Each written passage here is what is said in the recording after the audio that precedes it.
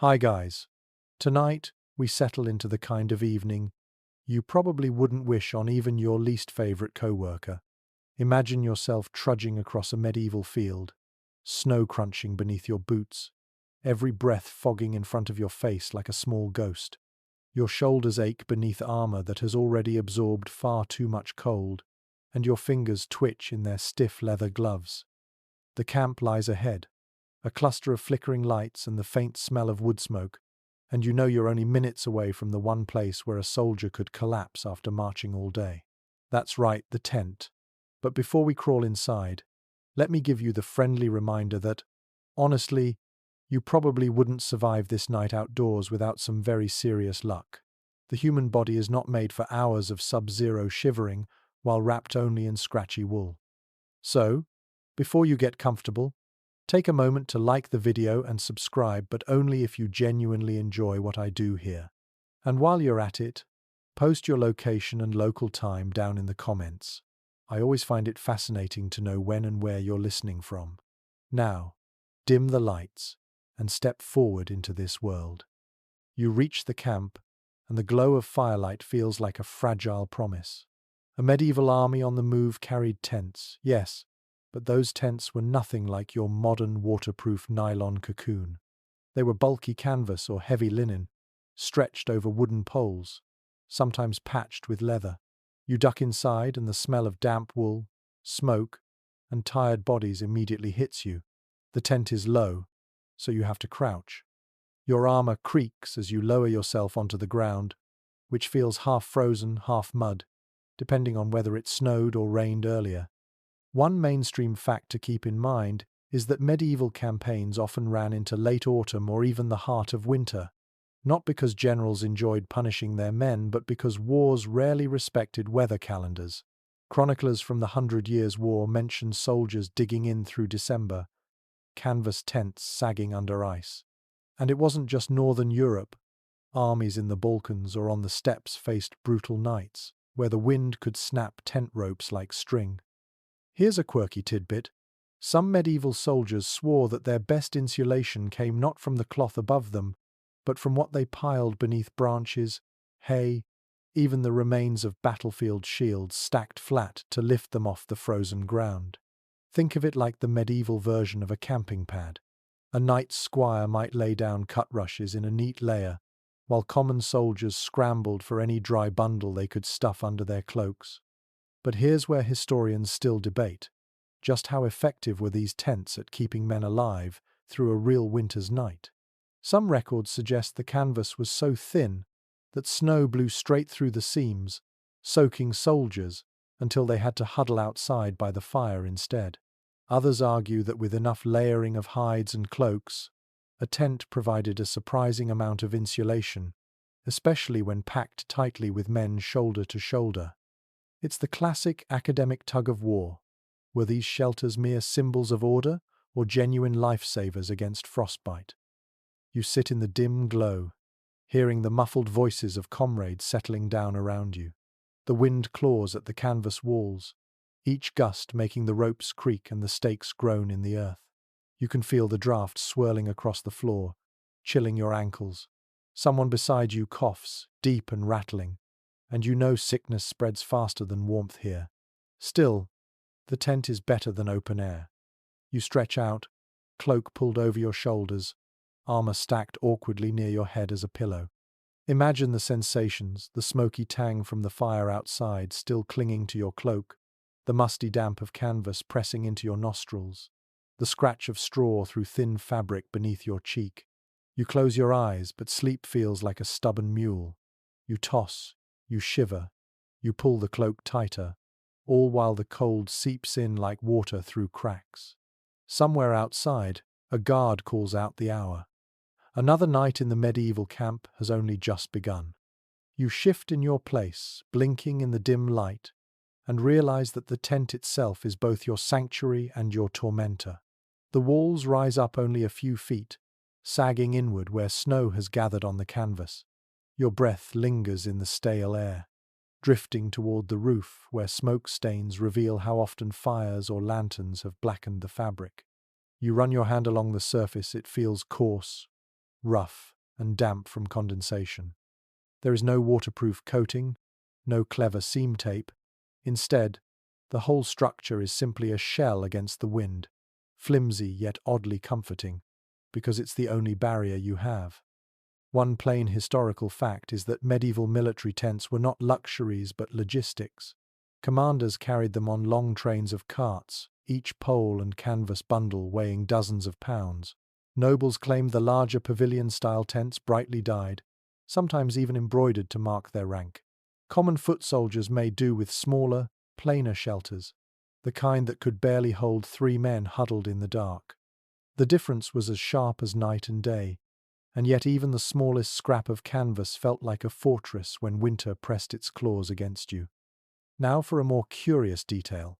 Soldiers sometimes stuffed bits of animal fat or beeswax into the seams of their tents, hoping to repel rain and snow. The result? A faint, greasy smell clung to the fabric, mixing with smoke, making the whole interior smell like a butcher's stall. It wasn't exactly pleasant, but imagine the relief when a snowstorm pounded down outside and the drops rolled off instead of soaking your blanket. Soldiers were practical creatures. They would take stench over frostbite any night. And yet, historians remain divided about whether these makeshift shelters were sufficient in the long run. Some argue that tents offered little more than psychological comfort, a roof that tricked soldiers into thinking they were safe while sickness crept in anyway. Others suggest the communal aspect, dozens of men packed tightly inside, created a pocket of body heat, strong enough to keep temperatures tolerable. Without thermometers, without measurements, all we have are chronicles laced with exaggeration. Did soldiers really sleep soundly? Or was that just a scribe smoothing over the misery? That question lingers like the draft crawling under your ankles. You crouch lower, pulling your cloak tighter, and glance at the makeshift furnishings. There's not much. A battered wooden chest serves as a stool for someone. A tangle of shields and spears leans in the corner, taking up the dry spot where you wish you could stretch your legs. The canvas rustles like a drum whenever the wind smacks it, and droplets of melted frost patter onto your gear. You curl further inward, shoulders hunched, trying to imagine warmth where there is none. The sounds around you are strangely intimate. A companion snores already, heavy and wet. Another mutters under his breath, perhaps a prayer, perhaps a curse.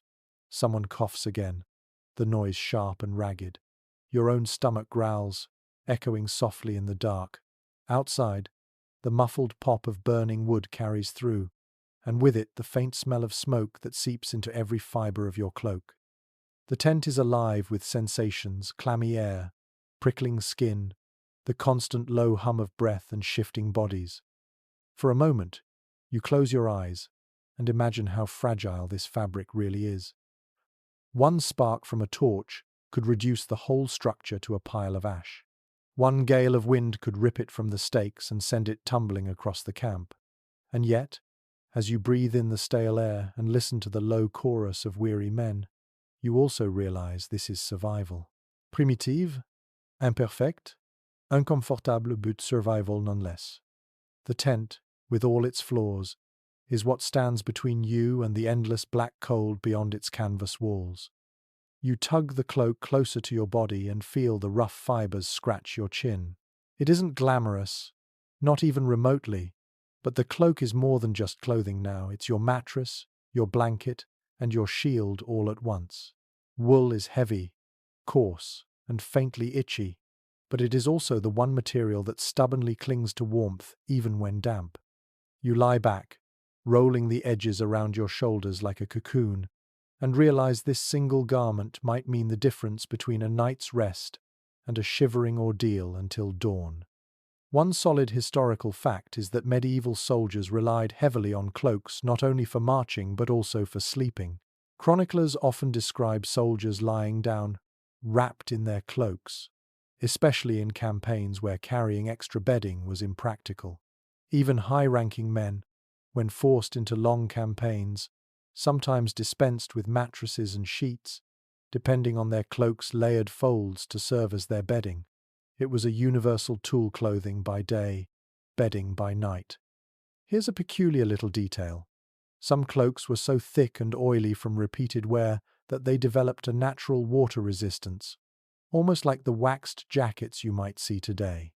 Soldiers joked that their cloaks could stand upright on their own if left in the corner. It wasn't just dirt, it was months of sweat, fat, spilled ale, and maybe a bit of mutton grease rubbed in. Disgusting? Sure. Effective against drizzle or snowmelt? Surprisingly, yes. The cloak became a sort of accidental waterproof tarp, a second skin that aged like a strange, smelly armor. Of course, scholars disagree over how much comfort these cloaks actually provided in freezing temperatures. Some argue that the thickness of wool cloaks genuinely offered insulation comparable to a blanket. Others counter that without layers beneath like straw or furs, soldiers wrapped in cloaks alone still lost body heat to the icy ground beneath them. Was the cloak a true safeguard, or merely a thin excuse against nature's bite? Accounts vary, and perhaps the truth lies somewhere in the middle. You shuffle against the ground, feeling the hard lumps of frozen earth beneath you. The cloak dulls some of the sting, but every bone still aches as though the soil itself is pressing upward. You curl into a tighter ball, tucking your knees against your chest, because that's the way warmth hides best, compressed, hoarded, conserved. Around you, others do the same. Shapes under woolen folds become indistinguishable. Men become bundles of fabric with only the occasional cough or murmur to prove they're still alive. The air is thick with dampness. When you exhale, your breath condenses on the inside of your cloak, turning the fabric clammy. You press your face against the folds anyway, inhaling the faint scent of lanolin and smoke. It's not pleasant, but it's home for tonight. Someone shifts beside you, their cloak brushing against yours, and for an instant, the touch feels like a warm reassurance. Everyone here clings to their little island of wool, but together those islands form a crowded archipelago of survival. Picture the scene more closely. Cloaks in shades of brown, grey, and faded blue, edges ragged, hems stiff from old mud. Each one tells a story of battles fought, roads marched, and storms endured. They are blankets stitched with history, even if that history smells like sweat. And as you lie there, cocooned in your own smelly scrap of wool, you realize that you're no different from thousands of soldiers before you. Cloaks kept them alive long enough to keep fighting. They will, you hope, keep you alive tonight. You roll onto your side, cloak clutched tightly, and instantly bump into another body. There's no privacy here. The tent is small, and survival demands closeness. You hear the slow rhythm of breath, the rustle of wool against wool, and you feel the faint radiating heat from the man lying only inches away. You shuffle closer without even thinking about it, because warmth is a kind of currency, and the only way to get more is to share what little you already have. One straightforward fact is that medieval soldiers routinely slept in groups, pressed shoulder to shoulder, hip to hip, forming a human furnace. Chroniclers of the Crusades, for example, mention men lying in heaps like dogs to stave off cold desert nights. In the frozen forests of northern Europe, entire squads packed themselves into narrow tents, knowing that no one soldier could endure the chill alone. It was practical, not sentimental, the only insulation available when firewood was scarce and blankets were few. And here's a quirky little tidbit. In some armies, soldiers gave each other nicknames based on their sleeping habits. The one who snored too loudly might be called the bellows, while the man who tossed and kicked became the mule. These names stuck even outside the tent, a small reminder that hardship turned into humor whenever it could. After all, if you can't laugh at the misery of sleeping nose to nose with an unwashed comrade, what else can you do? Yet historians still puzzle over whether this communal sleeping fostered camaraderie or bred resentment. Some argue it built bonds of brotherhood. Soldiers trusted each other more after enduring such intimacy. Others counter that constant proximity led to festering irritation, spreading lice and bad tempers more effectively than warmth. Did it pull men together, or wear down their nerves? The sources leave the answer tangled in contradiction. As you shift in the dark, you notice how the heat feels uneven. Your side pressed against your comrade warms quickly, while your exposed back chills like stone. So you roll again, awkwardly, and bump into someone else. Now you are wedged between two bodies, each one radiating a little warmth into your bones. It's uncomfortable, yes, but gradually your shivers ease. The smell is pungent: sweat, smoke, leather, unwashed feet. But you accept it, because you'd rather smell your neighbors than feel the knife edge of cold slicing through your ribs. The noises are constant. Someone snores like a saw, rattling the canvas with each breath. Another coughs wetly into his sleeve. A muttered prayer drifts through the dark. You even hear a laugh, dry, soft, almost hysterical, as if one soldier finds the absurdity of this dogpile too much to bear. You close your eyes and let yourself sink into the rhythm of shared survival. Imagine the scene from above: a heap of cloaks and limbs, tangled like a nest of hibernating animals. The canvas walls bulge slightly outward from the press of bodies inside.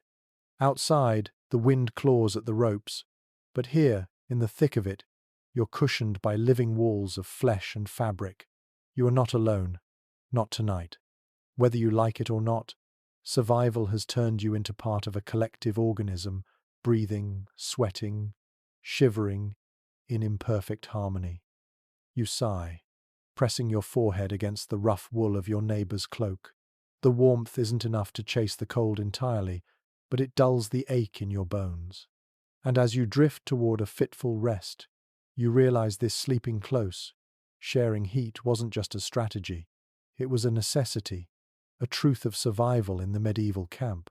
You weren't meant to endure the night alone. The fire is the beating heart of the camp. You can hear it before you see it: the crackle, the low pop, the occasional hiss of damp wood. Step outside your tent flap and you find it there: a ring of embers pulsing red and orange, a few logs leaning against one another like old men holding each other up. The flames do not leap high, not tonight. Instead, they crouch low, gnawing at whatever scraps the soldiers could gather: twigs, branches, even bits of broken carts. Firewood is scarce, always scarce. Every man here knows that keeping the fire alive through the night is both salvation and danger. One solid historical fact is that medieval armies relied on campfires not only for cooking, but also for sheer survival in winter. Fires were deliberately placed at the center of small groups of tents, so the glow and warmth could radiate outward, however feebly, into the canvas walls. Archaeological digs of old encampments have revealed blackened soil patches in repeating circles, evidence of countless fires tended carefully through bitter campaigns. Without them, the cold would kill faster than swords. But here's the quirky detail that sneaks in. Men often tried to carry fire with them, literally. They would scoop up glowing embers into clay pots or even metal helmets, banking them under layers of ash, so they could be rekindled at dawn without striking flint in frozen air. Imagine cradling a smoldering pot in your arms like a baby, trying not to burn yourself, yet knowing that this ember is your ticket to warmth tomorrow. Soldiers passed those glowing jars around like treasure, a kind of portable hearth on the march. And yet, scholars still debate whether the danger outweighed the benefit. Fires inside or near tents risked sparks catching on canvas, especially since most medieval tents were coated in oily residues from smoke and grime. Some argue that commanders forbade open flames inside shelters altogether, forcing men to rely on body heat alone. Others believe small braziers were common, carefully placed and tended even within the thin walls. Was it widespread practice, or just a desperate gamble by a few reckless souls? The written accounts contradict each other, leaving us with smoke but no clear flame. You sit by the fire now, your face warmed while your back remains icy. That's the cruel trick of fire. It never warms everything at once. You stretch your hands forward until your palms sting, then rub them quickly together. The light makes every crease of your skin glow red.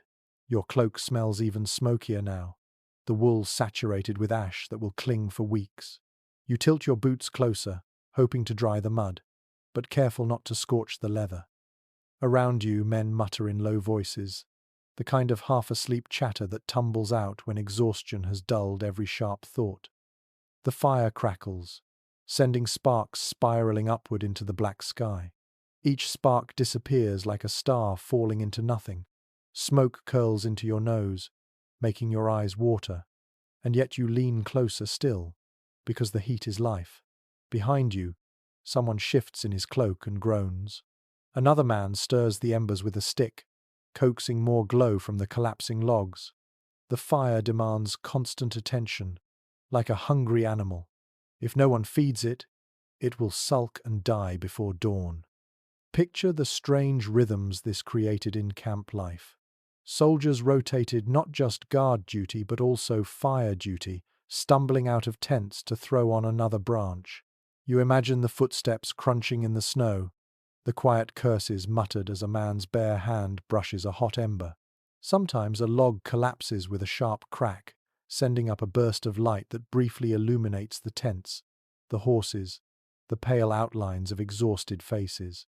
For a moment, the camp looks like a living painting, shadows dancing, breath steaming, eyes blinking in the glow.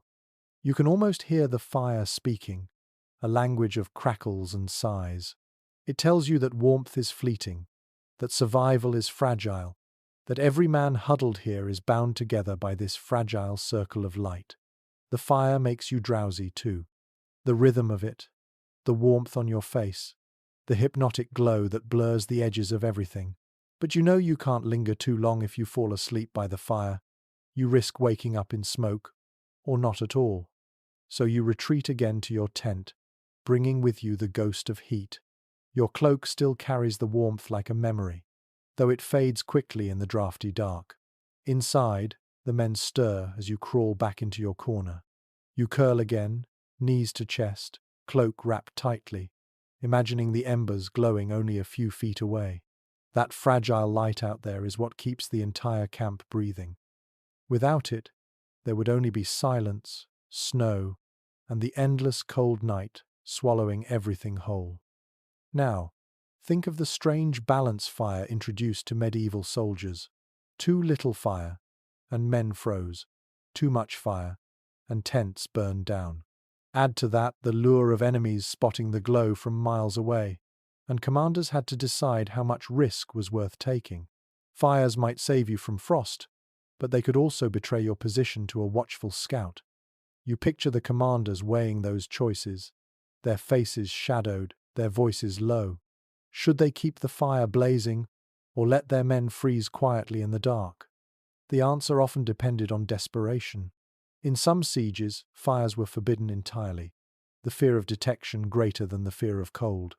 Men huddled without light, gnawing at cold bread, cursing under their breath. In other campaigns, where survival trumped secrecy, entire camps blazed with dozens of fires, sending columns of smoke skyward like signals to the gods.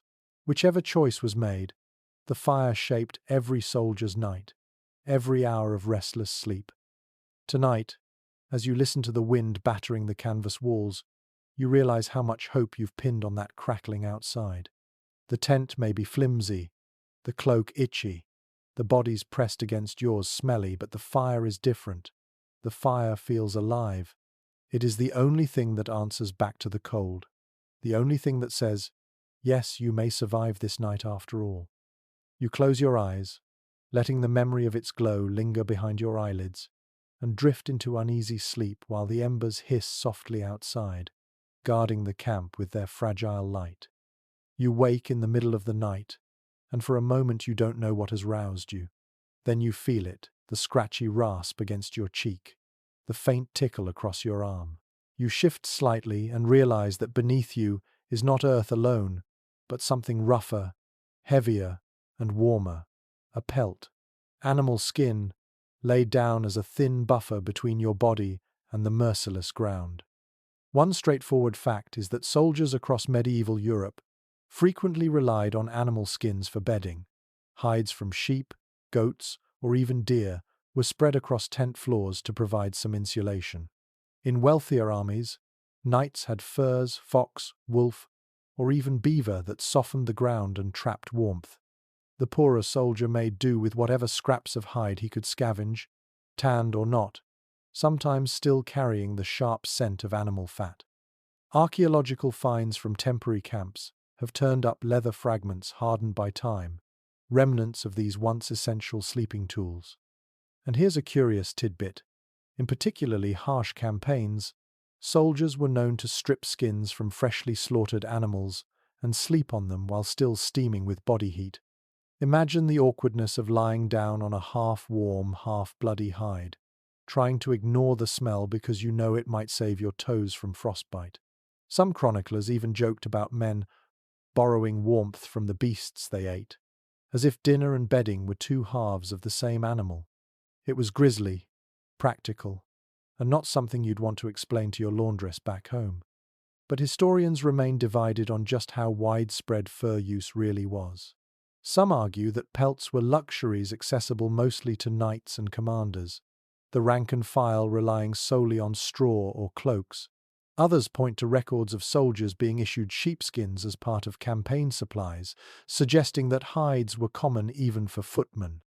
Was it a standard survival kit, or just a fortunate accident when livestock was nearby? The sources leave us guessing, like a fire sputtering low in the night. You shift again, pressing your palm flat against the hide. It feels coarse, the hairs prickling your skin, yet it does hold a certain warmth. Beneath it, the ground still radiates cold, but not as fiercely.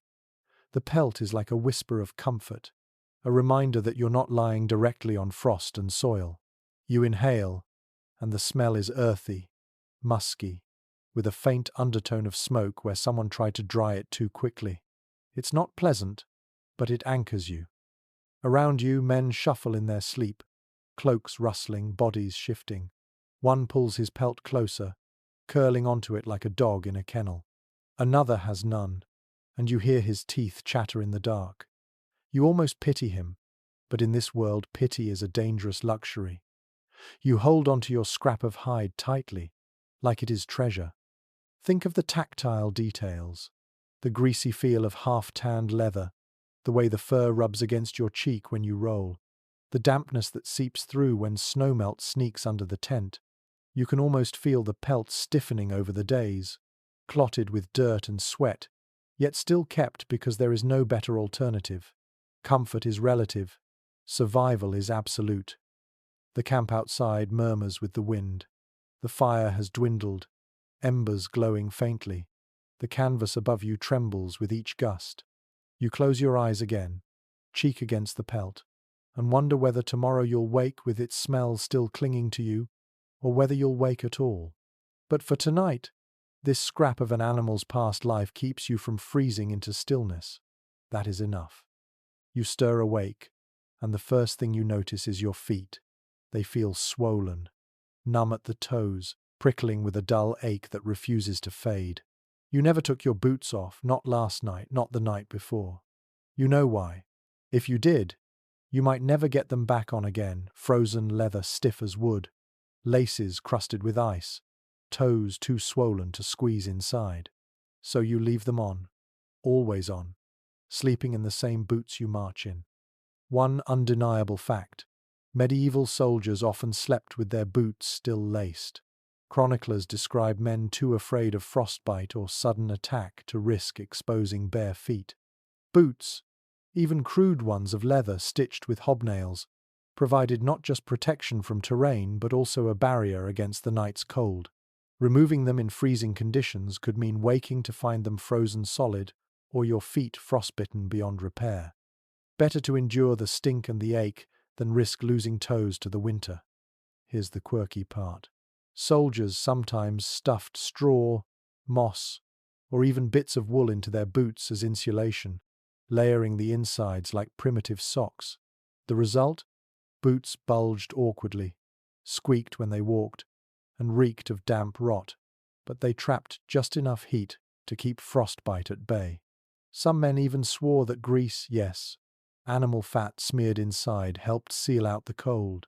Imagine slipping your feet into that inky, greasy mess and calling it comfort. Strange, yes, but in desperation, practicality always outweighs dignity.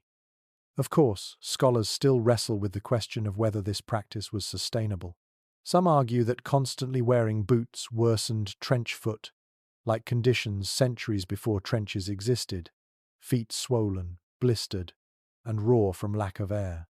Others suggest soldiers simply rotated footwear, drying one pair by the fire while wearing another, though this assumes an abundance of boots that poorer soldiers likely never had.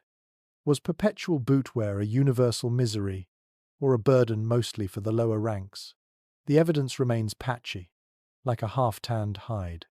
You wiggle your toes, trying to coax life back into them, and feel the hardened leather resist. Your socks, if you can call the damp wool wraps that are clammy, stiff with sweat. The stench wafts upward, pungent and sour, mingling with smoke and unwashed bodies. Everyone smells the same, though, so no one bothers to complain. You press your boots closer to the fading warmth of the fire, hoping the leather softens a little. The heat sears your soles for an instant, then fades. Around you, others do the same. Boots crowd the edge of the embers like offerings to some strange god. One man mutters that his heel feels black, another curses the blister on his arch. A third laughs, claiming he'll sell his boots for a warm bath if such a miracle ever appears. You chuckle faintly too, because what else can you do? The boots may be prisons, but they are also lifelines. Without them, you'd lose more than comfort. You'd lose the ability to march, to fight, to survive. Picture the sounds of this scene: the creak of stiff leather, the snapping of half-rotted laces, the groans as men tug their boots off only to shove them back on minutes later. You can almost hear the squelch of damp wool, the hiss when a too-close boot sole scorches by the fire. The whole tent smells of wet leather, a sharp tang that seeps into cloaks and hair alike. It's unpleasant, but in this frozen camp, unpleasantness is far preferable to frostbitten silence. You settle back down, boots still laced tight, toes crammed together like unwilling neighbors. The leather presses against your ankles, digging into sore skin, but you accept it. The choice is simple: comfort for a few hours or survival for another day. You let your eyes drift closed, your feet still encased, and you understand why medieval soldiers never truly took their boots off. They carried their survival with them, step by step, night by night, until morning came again. Your breath fogs in the tent's stale air, and you reach for the flask at your side. The liquid sloshes quietly, heavy with promise. You tip it back and the burn spreads down your throat, chasing away the shivers for a moment. Ale, mead, or maybe something harsher distilled by local hands, it doesn't matter. In this cold, soldiers call it medicine, and for a few blissful minutes, you believe them. One historical fact is that alcohol was a staple in medieval camps, issued not just for cheer but for necessity. Wine diluted with water, weak ale, or whatever fermented drink was on hand became safer than drinking unclean water. On freezing nights, soldiers turned to it as a crude antifreeze, numbing both body and mind enough to let sleep take hold. Chroniclers describe men fortifying their hearts with drink, a polite phrase for gulping down liquid warmth before collapsing in the dark. Now for a quirky tidbit. Some soldiers believed strong drink actually prevented frostbite, claiming it warmed the blood. They would rub spirits on their skin or even soak socks in ale before pulling them on, convinced the alcohol acted like a magical shield. Of course, it did no such thing, but belief alone gave comfort. Picture the absurdity: staggering into your tent with socks dripping beer, smelling like a tavern floor, and still swearing you'd wake up toastier because of it. Yet historians still wrestle with the role alcohol played. Some argue it genuinely helped morale, keeping despair at bay during long campaigns. Others note that drunkenness left camps vulnerable, men too sluggish to respond to sudden attacks or fires. Was it a boon for survival, or a liability disguised as warmth? The debate simmers like a pot over low embers, never quite boiling to certainty. You lower the flask, lips still tingling, and exhale. The warmth spreads unevenly, your chest glows, but your fingers remain stiff, your toes still frozen in their boots. Around you, Other men drink too, the soft glug of flasks punctuating the dark. One mutters a half-drunk song, voice cracking. Another chuckles dryly, wiping his mouth with a filthy sleeve. A third sighs deeply, leaning back against the canvas as though the drink alone has softened its rough walls. The tent fills with the scent of ale, sour, yeasty, faintly sweet. It mixes with smoke and sweat, creating an aroma that clings to cloaks and hair.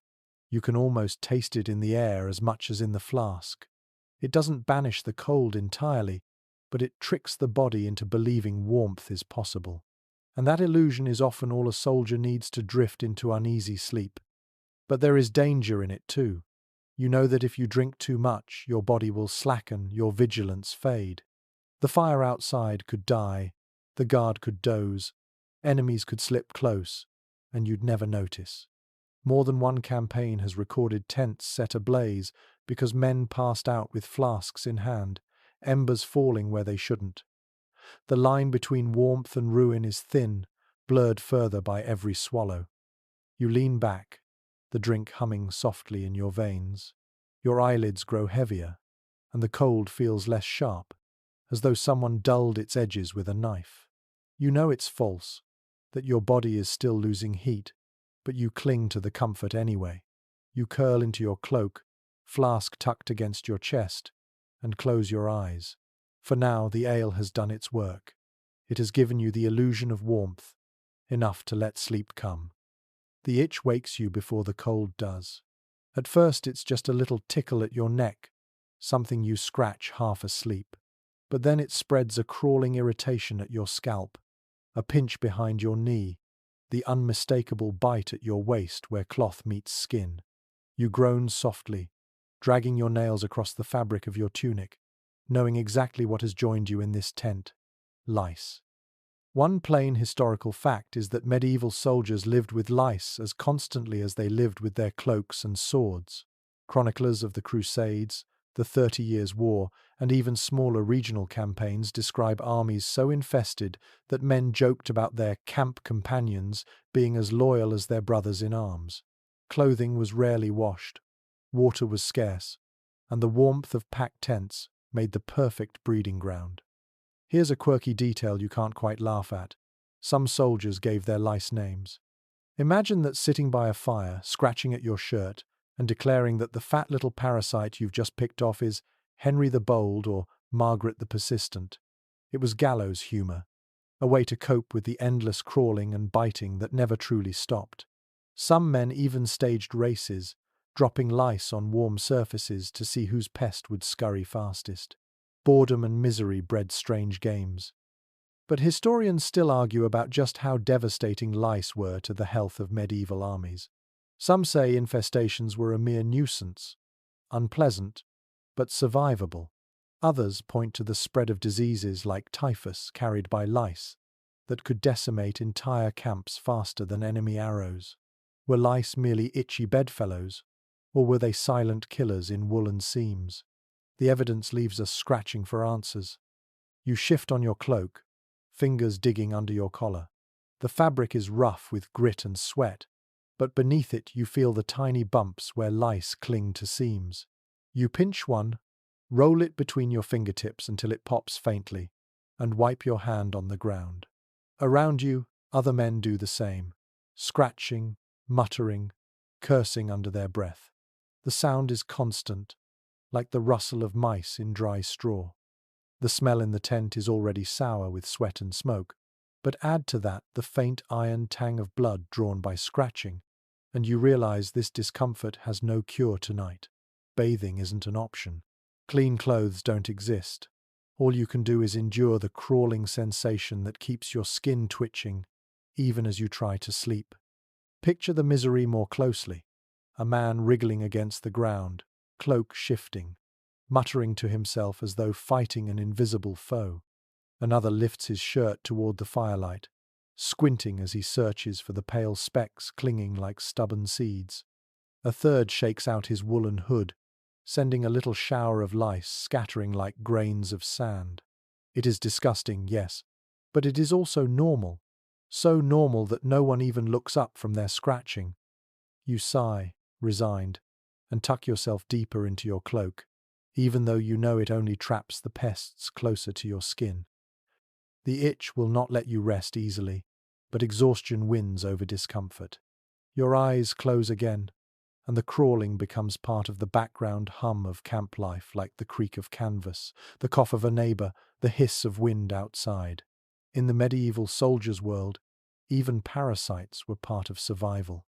The scratching fades into the background, and eventually you hear a different sound, low voices, muffled footsteps, the shift of armor in the dark. You realize it's not just your tent alive with restless men. The camp itself never truly sleeps. Someone always has to be awake, watching the fire, watching the horizon, watching for the flicker of an enemy torch or the shadow of a raider slipping close. This is guard rotation, the rhythm of the night, and you are part of it whether you want to be or not. One firm historical fact is that medieval armies divided the night into watches, assigning men to stay awake in turns while others slept. The number of watches varied, sometimes 3, sometimes 4, depending on the commander's discipline. Chroniclers from the Hundred Years' War mention the first watch and the last watch, the latter always the most dreaded, because it meant dragging yourself from thin sleep into the coldest, darkest hours before dawn. Without these rotations, a camp could be taken completely by surprise. Fires smothered, soldiers slaughtered in their beds. And here's a quirky tidbit.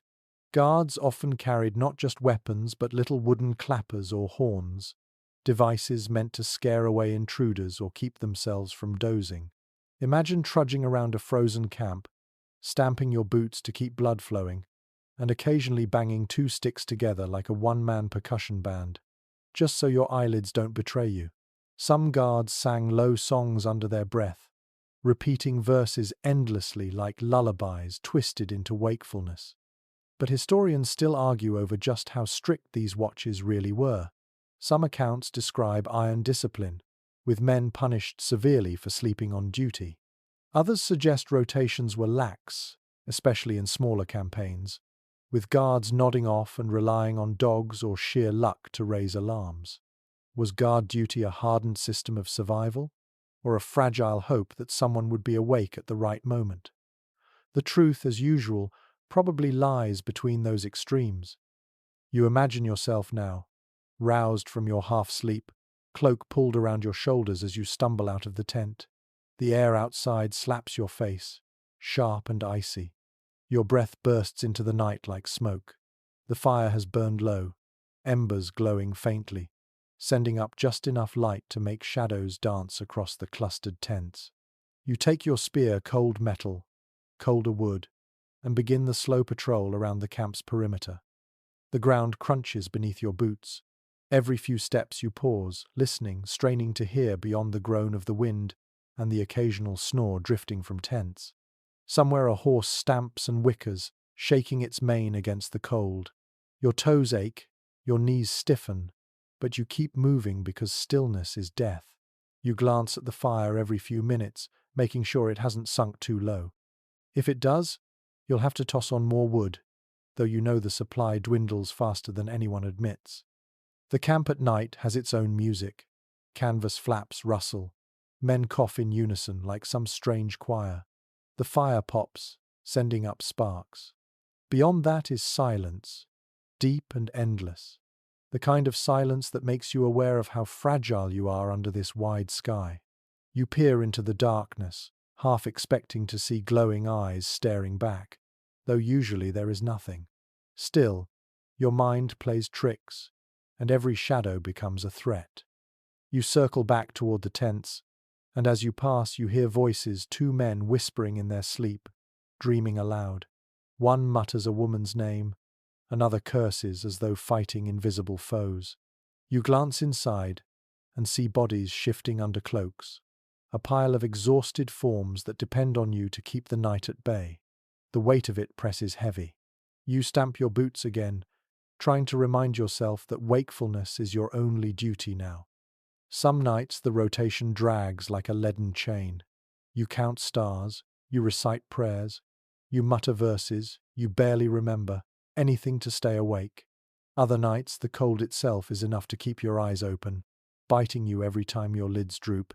You think about how many generations of soldiers before you did the same shuffled in the dark, cursed the frost, begged for dawn. This rhythm is ancient, stretching back farther than memory. Eventually, another soldier relieves you. His cloak is wrapped tight, his eyes bleary, and he nods without speaking. You hand him the spear, mutter something about the fire, and slip back into your tent. The warmth is relative. It feels like stepping into a steaming bath compared to the frozen air outside. You curl back into your spot, limbs stiff but grateful, cloak wrapped around your shoulders again. You realize, drifting into sleep once more, that the guard rotation is not just about watching for enemies. It is about keeping the fire alive, keeping the rhythm of the camp steady, keeping fear from overwhelming everyone at once. Without it, nights would collapse into chaos. With it, the camp breathes, even when most of its men are deep in dreams. You don't remember falling back asleep after your turn on watch, but you do remember the voices. They weave in and out of your half-dreams, soft like lullabies, yet rough with exhaustion. A man to your left hums a fragment of a song, the words lost, only the tune carried in low vibrations that buzz through the canvas walls. Another whispers a prayer, muttering the same phrase over and over until it blends into the rhythm of your breathing. It's a strange comfort that you are never truly alone in this tent, even when your eyes close. One straightforward historical fact is that medieval soldiers often sang together at night, both to pass the time and to raise morale. Chronicles from campaigns in France and the Holy Land describe men gathering around fires, chanting psalms or bawdy ballads, depending on who was listening. These songs weren't just entertainment. They were a shield against despair, a way of reminding one another that voices could rise above the cold. Here's a quirky tidbit. Soldiers sometimes mumbled their way into sleep by reciting food recipes aloud, a kind of culinary lullaby. Imagine lying on a frozen ground, teeth chattering, and hearing your tent mate whisper about roasting geese, thick stews, or pies dripping with fat. The absurdity of it kept men chuckling long enough to forget, for a few moments, the misery gnawing at their bones. Some even claimed that naming dishes warded off hunger pangs, as if words alone could fill empty stomachs. And still, scholars debate what role this nightly chatter played. Some argue it was a conscious attempt to build solidarity, creating bonds through shared stories and songs.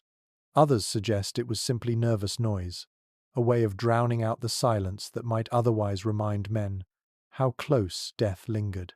Was it fellowship, or was it fear? The records hint at both, leaving us with an echo that's difficult to pin down. You turn in your cloak, listening as the sounds swell and fade. A snore joins the chorus, heavy and guttural, while another voice whispers a love song so quietly you can't tell if it's meant for the group or only for his memory. You think of the crackling fire outside, the wind battering the canvas, and realize that inside this thin-walled shelter, the voices are another kind of insulation, not physical warmth, but a fragile psychological heat that keeps despair at bay. The tent is alive with murmurs. Someone groans, someone laughs faintly, someone curses under his breath. The words blur into one another, meaningless syllables mixing with the sounds of shuffling limbs and scratching. To a stranger it might sound like chaos, but to you it's a blanket. Every sound proves that life still pulses here, that men still breathe and dream despite the cold. You close your eyes tighter, letting the sounds carry you. The hum of a half-remembered hymn drifts above the low chuckle of a joke muttered in the corner. The two blend strangely well, sacred and profane sharing the same space without conflict. You realize how many generations of soldiers before you probably heard the same soundtrack, a mixture of snores, songs, prayers and curses wrapped together in smoky air. Picture it clearly. Men huddled under cloaks, faces shadowed, lips moving in half-conscious rhythm. One traces the sign of the cross repeatedly, another mouths a bawdy tale, another hums through cracked lips. No one commands this chorus, it simply happens, spontaneous and unplanned. Like the fire outside, the voices flicker, glow, and eventually sink into embers. And as you finally drift again, lulled by the strange mixture of song and sighs, you understand that this is how medieval soldiers carved space for themselves in unbearable nights. They could not chase the cold away, but they could fill the silence. The voices wove a net strong enough to hold back despair until morning. You blink awake in the middle of the night and realize, with a dull kind of clarity, that your sleep has been broken in two. First, you fell into heavy slumber soon after watch, lulled by the fire's fading glow and the murmurs of voices around you. Now, only a few hours later, you find yourself wide awake, staring at the dim canvas ceiling and listening to the sound of men stirring, coughing, and shifting in the dark. It feels strange. This interruption, like sleep, has been split neatly down the middle. One straightforward historical fact is that in the medieval world, segmented sleep was common. Scholars of pre-industrial life call it first sleep and second sleep. People would sleep for a few hours, wake naturally around midnight, and spend an hour or two talking, praying, tending fires, or even visiting neighbors, before returning to rest. Soldiers, in tents, experienced the same rhythm, though for them it was shaped less by choice and more by necessity. The cold, the noise, and the constant demands of watch duty carved their nights into chunks. Here's a quirky tidbit. Some men claimed this midnight waking was the perfect time for storytelling, sharing eerie tales of ghosts and omens. Imagine lying in a smoky tent, eyes half open, while your neighbor whispers about spirits that wandered battlefields, about dead men who knocked on tent walls, or about saints who appeared in dreams to offer protection. It sounds like campfire folklore, but in the gloom it became almost believable. Some soldiers even swore they saw glowing figures near the fires at night, though whether that was spirits or just smoke playing tricks, you'll never know. And yet historians still argue about whether segmented sleep was truly restful. Some say it was natural, the body attuned to cycles shaped by firelight and darkness. Others suggest it left soldiers perpetually exhausted, unable to recover fully before dawn forced them back to marching. Was broken sleep adaptive? Or was it another cruelty piled onto weary bodies? The debate continues, with no clear verdict beyond the fact that men somehow managed to endure it. You shift in your cloak, pulling it tighter, and listen. Around you, voices stir again. Someone is praying softly, words tumbling in Latin. Another groans and mutters, perhaps recounting a dream to a half-awake comrade. The man closest to you sighs heavily and whispers about food, fresh bread, roasted meat, anything but the stale crusts that actually await him come morning. You can almost taste it, the imagined feast, even as your stomach growls in hollow protest. Outside, the fire has dwindled to embers, but you can see the faint glow through the tent seams. A guard passes, boots crunching in snow, spear butt tapping the frozen ground in rhythm. Somewhere farther off, a horse whinnies softly, shaking frost from its mane. The world feels suspended, caught between deep night and the hint of dawn still far away. You realize this is a liminal time, a pause in the grinding routine of soldiering where men are neither fully awake nor fully asleep. You pull your cloak over your head, shutting out the draft, and drift into half-conscious thought. Perhaps this is when secrets are confessed, when men whisper about the families they left behind, about the fears they would never admit in daylight. Perhaps this is when curses spill more easily, aimed at commanders, enemies, or even God himself for allowing such misery. Words flow freer when half dreaming, when the mind is loose and unguarded. Imagine the tent as a hive of quiet activity. Some men slipping outside to relieve themselves in the snow, others poking at the fire, others whispering stories that blur fact and fable. The canvas walls glow faintly with the light of coals, shadows bending and stretching as men move. It is both eerie and intimate, a time when exhaustion mingles with strange alertness. Eventually the rhythm shifts again. Voices fade, movements slow. Men roll back into their cloaks, pulling hoods over their heads, and gradually the snores return, one by one, until the tent hums again with the sound of second sleep. You feel your eyelids droop, your body sagging into the earth, and though the cold bites, it cannot stop the tide of drowsiness. As you surrender again to slumber, you realize that medieval soldiers didn't just fight enemies on the battlefield. They fought the structure of the night itself, the broken rhythm, the constant interruptions, the uneasy balance between wakefulness and rest. And yet, just as you do now, they found ways to close their eyes again and slip back into the dark, trusting that the second sleep might be enough to carry them through the dawn. You wake again, not to the itch of lice or the howl of the wind, but to the steady breathing of men packed close around you. In the dim light, you notice something that never fails to sting. Not all cloaks and bedding are created equal. The man across from you, a knight's retainer, shifts in his sleep wrapped in thick wool layered with fur, while you lie on rough canvas and a hide that still smells faintly of goat. Rank doesn't vanish in the dark, it curls up beside you and snores in comfort while you shiver. One clear historical fact is that the quality of sleeping gear varied enormously between knights and common foot soldiers. Wealthier men could afford lined cloaks, feather-stuffed pallets, or fine blankets carted along by servants.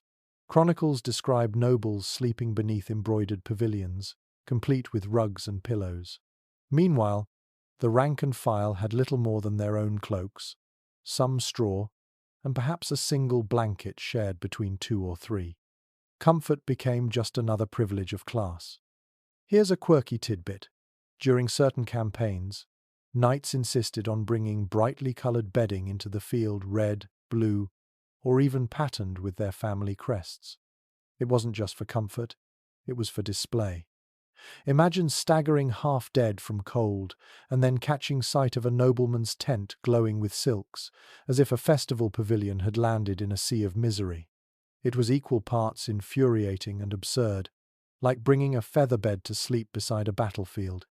But historians still debate how wide the gulf truly was.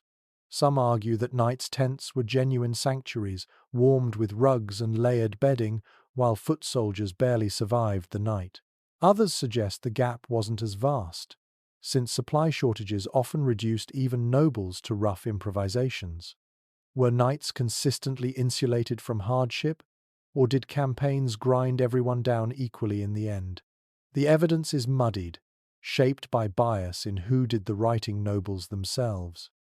You glance again at your tentmate's furs and feel a mix of envy and resignation. The fur glistens faintly in the firelight leaking through the flap, while your own cloak smells of smoke and damp. Your neighbour snores softly, wrapped in comfort that might as well be another world away. Around you, other men shift restlessly, tugging their thinner cloaks tighter. Some mutter in their sleep, teeth chattering even while unconscious. The smells in the tent mark the divide, too. The knight's bedding carries a faint fragrance of herbs or oils, something his servants probably rubbed in to mask the musk of fur. Yours reeks of sweat, grease, and stale ale. You can almost taste the difference in the air. The inequality is not just felt in warmth, it seeps into every sense.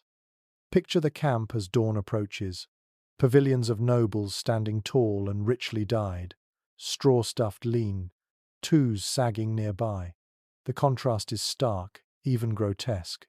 A visitor might mistake the field for a strange village where a carnival tent rose beside a hovel. Yet in truth, both stand side by side because war pressed all classes into the same mud, though never on the same terms. You roll over, pulling your cloak tighter, and remind yourself that survival is not measured by softness. Comfort doesn't always guarantee endurance. Sometimes the man with fewer blankets learns faster how to huddle, how to endure, how to cling to scraps of warmth. You breathe in the smoky, sour air, let the sounds of uneven breathing wash over you, and drift back toward a thin, stubborn sleep. The night may dream in fur, but you dream in endurance, and tonight, endurance is all you need. The fire outside has sunk low again, and when you wake, it is to the faint glow of embers. But something else catches your eye. A strange pot squatting by the tent's entrance, A clay vessel smudged black from repeated use. A faint warmth leaks from its sides. Someone has carried coals inside, banking them in a small brazier to keep the chill at bay.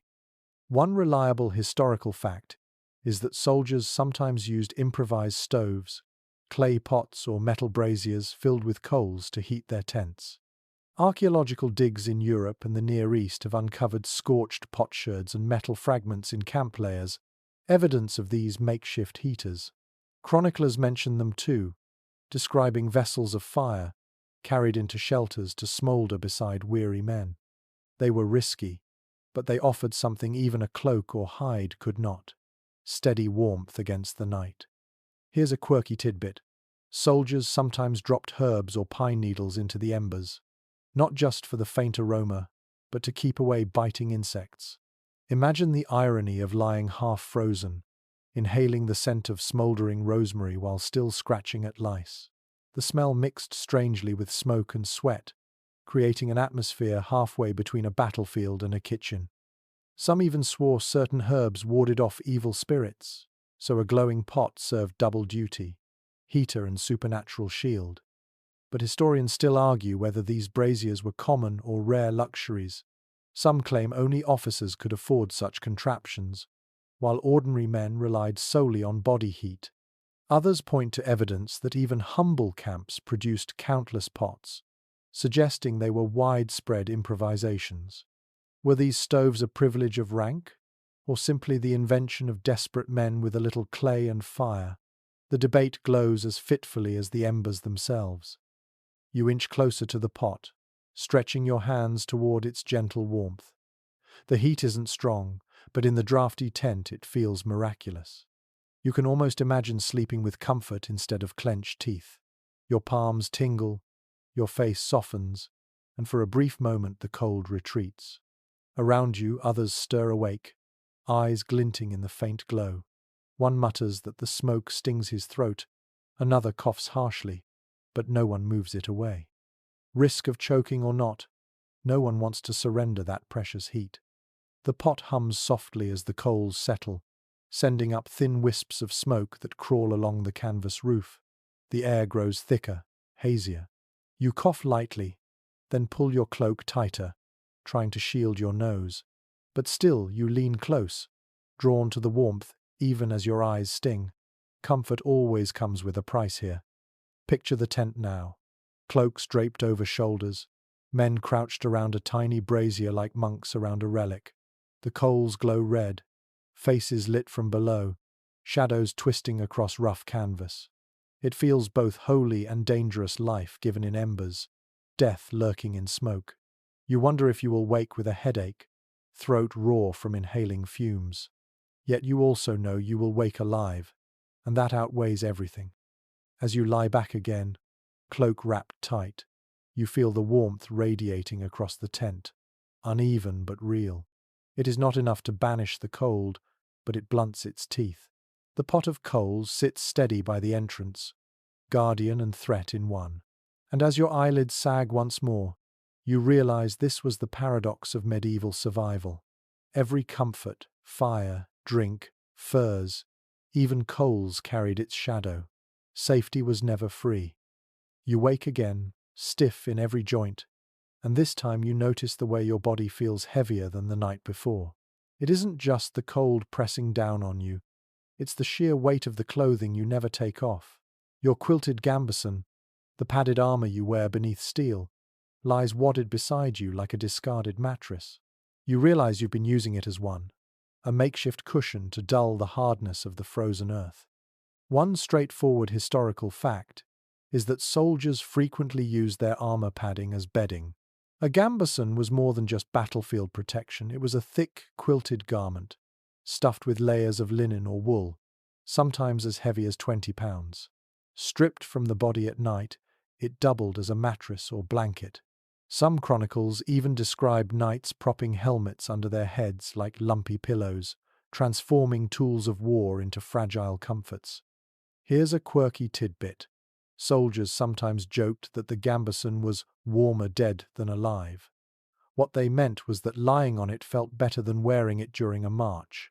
On the march, It trapped sweat and heat until it felt like a furnace. But laid out flat on the earth, it became an almost luxurious padding. Some men swore they slept better with their gambeson under their backs than on feather mattresses at home, though whether that was truth or desperation talking, who can say? And yet, historians still argue about just how practical this practice was.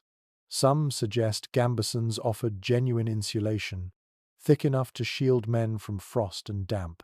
Others counter that once sweat-soaked and stiff, they provided little more than a barrier against mud. Was the gambeson a lifesaver at night, or just another damp rag dragged from battlefield to camp? The sources leave us with a riddle stitched in linen. You lie back now, feeling the uneven quilting under your spine. Some spots bulge, some sag, but compared to the bare ground, it is paradise. The damp chill still seeps upward, but at least your bones don't grind against frozen earth. You tuck your cloak tighter around your shoulders, breathing in the faint stench of sweat that clings to the fabric. The smell is sour, musky, unmistakably human. This gambeson has absorbed days of labor, battle, and fear. It reeks of endurance. Around you, others do the same. A man lies with his gambeson pulled half over him like a blanket. Another sprawls directly on his breastplate as if it were a bedboard. One young soldier curls with his helmet against his chest, as if hugging a hard, cold child. You can hear the faint scrape of metal whenever someone shifts, armor clinking like an orchestra of rust. The tent fills with the mixed scent of wool, sweat, and iron. It isn't pleasant, but it is familiar. Your nose adjusts, and soon the smell becomes background, almost reassuring in its constancy. You close your eyes, imagining the quilted layers beneath you as feathers instead of rags. The fabric scratches your skin through your tunic, but you tell yourself it's soft, because that's the only way you'll rest. Picture the scene clearly. Gambesons spread like patchwork mattresses, their seams torn from battles, their stuffing poking out like tufts of hair. Cloaks thrown on top form uneven piles of bedding. Helmets glint faintly in the dim light, some pressed into service as pillows, others stacked neatly in corners. The entire tent looks like a jumble of war gear, reimagined as furniture. And as you let your body sink into this strange mattress, you realize the irony. Everything designed to harm swords, armor, helmets becomes, at night, a tool for survival. War makes even padding sacred, because it is the only thing between you and the earth's frozen bite.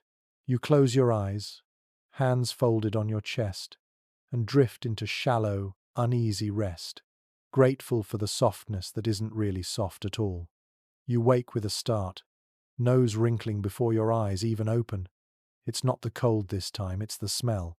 A tent packed with men is never fragrant, but after nights of smoke, sweat, and damp wool, the odor becomes its own living thing.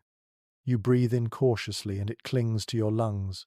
Sharp smoke from half-burned wood, sour sweat soaked deep into cloaks, the wet dog scent of damp wool, and underneath it all the faint but undeniable tang of something singed, as if the stew pot boiled over and scorched the bottom. One firm historical fact is that medieval camps reeked. Chroniclers often mention the stench before they describe the bravery of knights or the misery of marches. Fires burned constantly, soaking canvas and clothing in acrid smoke. Tents trapped moisture, turning wool and linen into mildewed sponges. Add in the fact that soldiers rarely bathed on campaign, and you begin to understand why "the smell of camp" was a phrase that needed no explanation. Here's a quirky tidbit. Some commanders ordered herbs scattered on tent floors to mask odors. Soldiers crushed lavender, rosemary, or thyme beneath their boots, pretending it freshened the air. Imagine lying on straw laced with thyme, the scent briefly sharp before it faded under the stronger perfume of sweat. In some regions, men carried little pouches of dried herbs around their necks, not out of elegance, but as a desperate attempt to breathe something other than smoke. And yet, historians still puzzle over how much the stench mattered. Some argue it was so constant that soldiers stopped noticing, their noses numbed by weeks of foulness. Others suggest it carried real consequences, spreading disease by attracting flies and fouling the air. Was it just unpleasant? Or was it another invisible enemy wearing men down? The evidence doesn't give us certainty, only scattered descriptions of soldiers gagging at their own cloaks. You shift uncomfortably, tugging the fabric closer to your face, and the smell intensifies. Wool damp with sweat and smoke, rough against your cheek. You cough softly, your throat raw from breathing stale air all night. Around you, other men groan awake, their voices thick and hoarse. One sneezes loudly, shaking the tent flap. Another mutters a curse at the reek, though he knows nothing can change it. The smells swirl together like layers of misery. Smoke coats your tongue, metallic and bitter. Sweat clings sour and oily to your nostrils. Wet wool smells almost animal, a reminder that your cloak once walked on four legs before it wrapped around you. Somewhere nearby, leather boots give off their own rank odor, half scorched by fire, half rotting from damp. And over it all lies the faint, charred note of last night's stew, where beans fused stubbornly to the bottom of a pot. You roll over, trying to bury your nose in the cleaner folds of your cloak, but there is no escape. The air is thick, heavy, pressing against your senses. Even your dreams smell of smoke. You think of home, of fresh rushes strewn on floors, of clean sheets washed in river water, and the memory stings sharper than the stench itself. Picture the tent in detail, cloaks hanging from pegs, stiff with grime, helmets streaked with soot, gambesons steaming faintly from the fire's heat, releasing the odor of soaked wool. Men shift restlessly, scratching, coughing, exhaling sour breath that mingles with everything else. The canvas walls themselves hold the stink, having absorbed months of smoke until they give off their own bitter aroma whenever warmed by the fire. Yet, strangely, the smell also becomes part of the rhythm of survival. It tells you you're still alive, that the men around you are still breathing, still sweating, still sharing this miserable shelter. The reek is unpleasant, yes, but silence and clean air would mean something worse. An empty tent. You breathe in again, coughing, and let the foulness settle in your chest like another layer of armor. As you close your eyes once more, you realize the medieval camp was as much about enduring sensations as enduring enemies. Cold, smoke, damp, itch, and smell all constant companions, all reminders of how survival is measured, not in comfort, but in persistence. And tonight, persistence is the only fragrance you can wear. You're half asleep when you hear it first. A soft tapping sound, like fingers drumming against canvas. Then comes the unmistakable chill seeping through seams. Rain or worse snow finding every gap, dripping onto faces already weary from the cold. The tent, which at times feels like a fragile refuge, now becomes its own enemy, funneling the storm inside. You roll over and feel drops splash against your cheek, icy enough to jolt you upright. From surviving accounts, we know that medieval tents were notoriously leaky. Heavy canvas and linen offered shade and modest shelter, but once saturated with rain or snow, the fibers sagged and wept. Chronicles describe soldiers waking in puddles, cloaks soaked, straw bedding ruined overnight. In one campaign in Flanders, entire groups abandoned their shelters after storms, preferring open air by the fire to the misery of dripping walls. There's also an odd custom worth mentioning. Some soldiers tried to waterproof tents with mixtures of animal fat or tar. The result wasn't perfect, water still seeped in, but it left the canvas greasy to the touch, smelling faintly of rancid lard. You can imagine ducking inside, only to be greeted by slick, sticky fabric that stained your hands and clothing. It might have kept a little rain off, but it also meant sleeping in a shelter that smelled like a butcher's shop. Interpretations differ on how soldiers truly endured prolonged downpours. Some historians suggest they rotated constantly, sending men to cut new straw to replace what had turned to mush. Others argue the misery simply had to be tolerated. Men slept wet, woke shivering, and marched on in sodden gear. Was there any effective system for keeping dry, or was survival simply a matter of stubborn endurance? The sources give conflicting glimpses but no tidy answers. You curl tighter under your cloak, but the wet sneaks in anyway.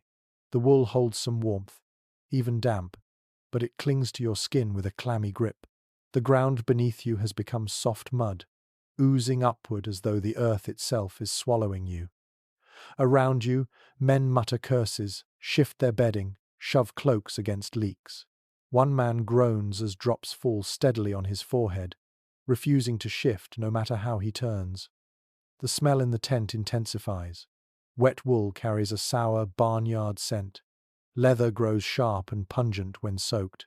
Smoke from the fire outside mingles with the damp, creating a heavy odor that presses down on your lungs. You cough, and so does the man beside you, each breath puffing pale mist into the dark.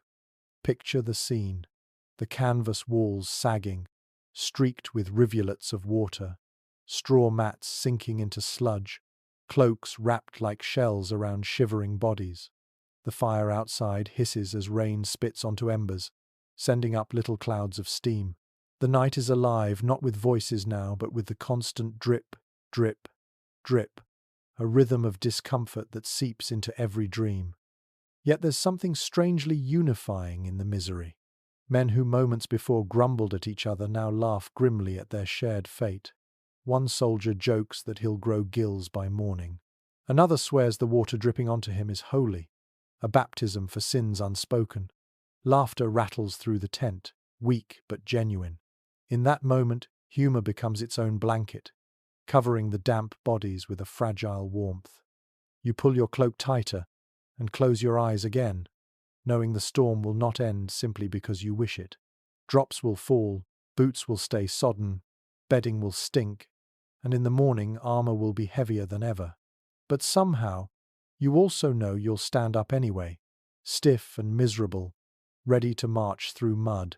The tent may leak, the ground may suck at your feet, but the routine will carry you forward. And that, more than dryness or warmth, is the true shield against freezing to death, the refusal to stop. The storm passes, but the night never feels entirely safe. You lie there listening to the rain fade into silence, only for another sound to take its place, a faint clinking, like charms brushing against one another. When you lift your head, you notice the strange shapes dangling from the tent poles. Little pouches, wooden crosses, bones tied with string. They aren't decorations. They're defenses of another kind, woven not from wool or wood, but from belief. Contemporary writings remind us that superstition seeped into every layer of medieval soldiering, and sleep was no exception. Men pinned amulets inside their cloaks, hung charms on tent ropes, and carved symbols into wooden poles, hoping to keep evil at bay while they lay vulnerable in the dark. Some wore saint medals. Others clutched relics no bigger than a splinter, claiming it was a fragment of a holy shrine. The line between faith and survival blurred in every smoky shelter. And then there were the stranger habits.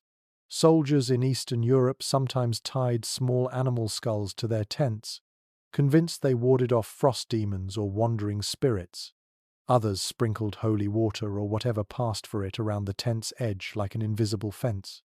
You can picture a weary man fumbling for his flask, shaking a few drops onto the muddy ground, muttering half-remembered prayers. It's less about certainty than about comfort. The scholarly debate lingers over how much of this was true religious practice versus simple folk superstition. Some experts insist the charms reflected sincere devotion, extensions of the same faith that drove men to crusade or pilgrimage. Others argue it was more instinct than doctrine, primitive gestures against fear, no different than knocking on wood. Were the soldiers protecting their souls, or just distracting themselves from the howling wind? The records give us fragments, but no clear verdict. You stretch out your hand and touch the charm dangling closest to you. It's a scrap of cloth tied into a knot, stiff with grease, smelling faintly of smoke. Maybe it once held herbs, maybe a token from a wife or child, now reduced to a talisman in this wet camp. The man who hung it believes it matters, and as you lie beneath it, you realize it matters to you too, if only because it reminds you of the world beyond war. Around you, men whisper in half-sleep, prayers tumbling with curses. One soldier crosses himself repeatedly, muttering the names of saints. Another strokes a wooden token, thumb rubbing it smooth with habit. Someone else snores loudly, oblivious, either too exhausted or too faithless to join in. The tent becomes a strange chapel of sorts, its congregation sprawled on damp ground, its hymns mumbled, its relics improvised. The air carries not just the stench of wet wool, but the faint sweetness of herbs crushed into charms. Lavender, perhaps, or thyme. You inhale, and for a fleeting moment the tent smells almost like a hearth at home. Then another draught pushes through, and the illusion fades. Still, you cling to it. Picture the canvas lit faintly by coals, shadowy shapes of charms swaying, pendants brushing the fabric, crosses glinting in dim glow. Soldiers' faces gleam with sweat and soot, eyes half closed yet darting toward these talismans as if to check they're still in place. Outside, the wind rattles the ropes, but inside you feel the fragile comfort of belief strung like thread between each man. You close your eyes again, hand still brushing the little knot of cloth. Perhaps it does nothing. Perhaps it holds no power at all. But belief itself is power, and in the cold night, when everything else feels hostile, even scraps of superstition can feel like a shield. You breathe deeply, clutching the thought like a blanket, and drift again into uneasy rest, protected not by walls or warmth, but by faith, yours or someone else's. It hardly matters. You wake to the feeling of something warm pressing against your side. Not another soldier this time, but something softer, furrier. You turn slightly and find the camp dog curled tightly against you, nose tucked into its tail, breath puffing in quiet huffs. It has crept in during the night, choosing your corner of the tent as its refuge. For a moment, the cold fades, and all you feel is the steady pulse of heat radiating from its small body. Chroniclers often note that animals wandered freely through medieval camps, and dogs were the most common companions. They scavenged scraps, guarded supplies, and followed soldiers as if tied by invisible leash. When the nights grew cold, these animals weren't shooed away. They were welcomed, sharing warmth with their human companions. The presence of a dog was more than comfort, it was a practical survival tool, a living heater on four legs. And here's a curious glimpse from the margins of history. Some soldiers gave dogs honorary roles in camp life, calling them mascots or guardians. One source from a Burgundian campaign tells of a mutt nicknamed Captain who slept in the commander's tent and barked loudly enough to rouse men when an enemy scout approached. Another account speaks of dogs being wrapped in spare cloaks during sieges, their warmth treasured as much as their loyalty. Yet experts remain divided on whether this bond was common or exceptional. Some argue that dogs were everywhere, indispensable companions to lonely soldiers. Others suggest their role was exaggerated, that animals were more nuisance than aid, spreading fleas and stealing food. Was the dog a beloved comrade in arms, or just another hungry mouth in a camp already stretched thin? The truth, as ever, is muddied. You stroke the animal's fur, coarse yet comforting. It smells faintly of smoke and meat scraps, like everything else in camp, but its warmth is undeniable. You can feel the steady thump of its heartbeat, faster than yours, steady as a drum. The dog sighs deeply, pressing closer, as if it knows the bargain. It gives heat, and in return it receives shelter. Around you, other men notice. One grumbles jealously, muttering that you've stolen the best blanket in camp. Another chuckles softly, calling the dog wiser than most soldiers for finding the warmest spot. A third tosses a scrap of bread across the tent, which the animal snaps up without lifting its head. In that dim space, the dog becomes something more than just an animal. It becomes a bridge, uniting tired men in shared amusement. The smells of the tent are softened slightly by the dog's presence, oddly enough. The musky scent of fur blends with the wool, almost masking the harsher tang of sweat and smoke. You inhale and for a moment imagine a hearth, a village home, a life where warmth is given freely, not clawed from the night. Picture the scene. The dog curled in a tight circle, soldiers hunched under cloaks, eyes half shut, all sharing the same fragile cocoon of heat. The canvas walls ripple in the wind, but inside, the animal's presence anchors the group. It is a small reminder that not everything in war is bleak. Even in the coldest night, loyalty can curl up beside you and keep you alive. You close your eyes, hand resting on the dog's flank, feeling its chest rise and fall. Its warmth seeps into your bones, steady and quiet. Perhaps it is no miracle, just body heat shared like any other, but in the middle of a freezing campaign, it feels miraculous. You let your breathing fall into rhythm with the animal's owl, and slowly, you drift back into a sleep that feels deeper than the rest, as though survival tonight has come with a wagging tail and a quiet sigh. Morning never seems to come quickly enough, but tonight you find yourself awake not from cold or itch, but from silence. The dog has shifted away, the fire outside has sunk low, and within the tent the usual chorus of mutters and snores has faded. There is only stillness, broken now and again by the snap of canvas as wind claws at the ropes. It takes you a moment to realize why. The commanders have ordered quiet. No songs, no chatter, no prayers muttered too loudly. Just silence, heavy and deliberate. Documents from military ordinances show that discipline often extended even into the night. Soldiers were warned against making noise, not only to keep order but also to prevent enemy scouts from detecting the camp. Silence was a tool of survival, imposed as firmly as any ration or drill. A rowdy camp might comfort its men, but it also betrayed its position. Quiet tents meant safer soldiers, though the price was a suffocating hush that weighed on every ear. And yet, odd exceptions existed. Some armies developed codes of whispered signals, clicks of the tongue, small knocks against shields that let men communicate without raising voices. Imagine lying awake, hearing not a word but the faint tap-tap that meant all clear, or the hiss that meant trouble. These tiny noises became the lullabies of discipline, reminders that silence did not mean neglect, but vigilance. Interpretations vary over how strictly such rules were followed.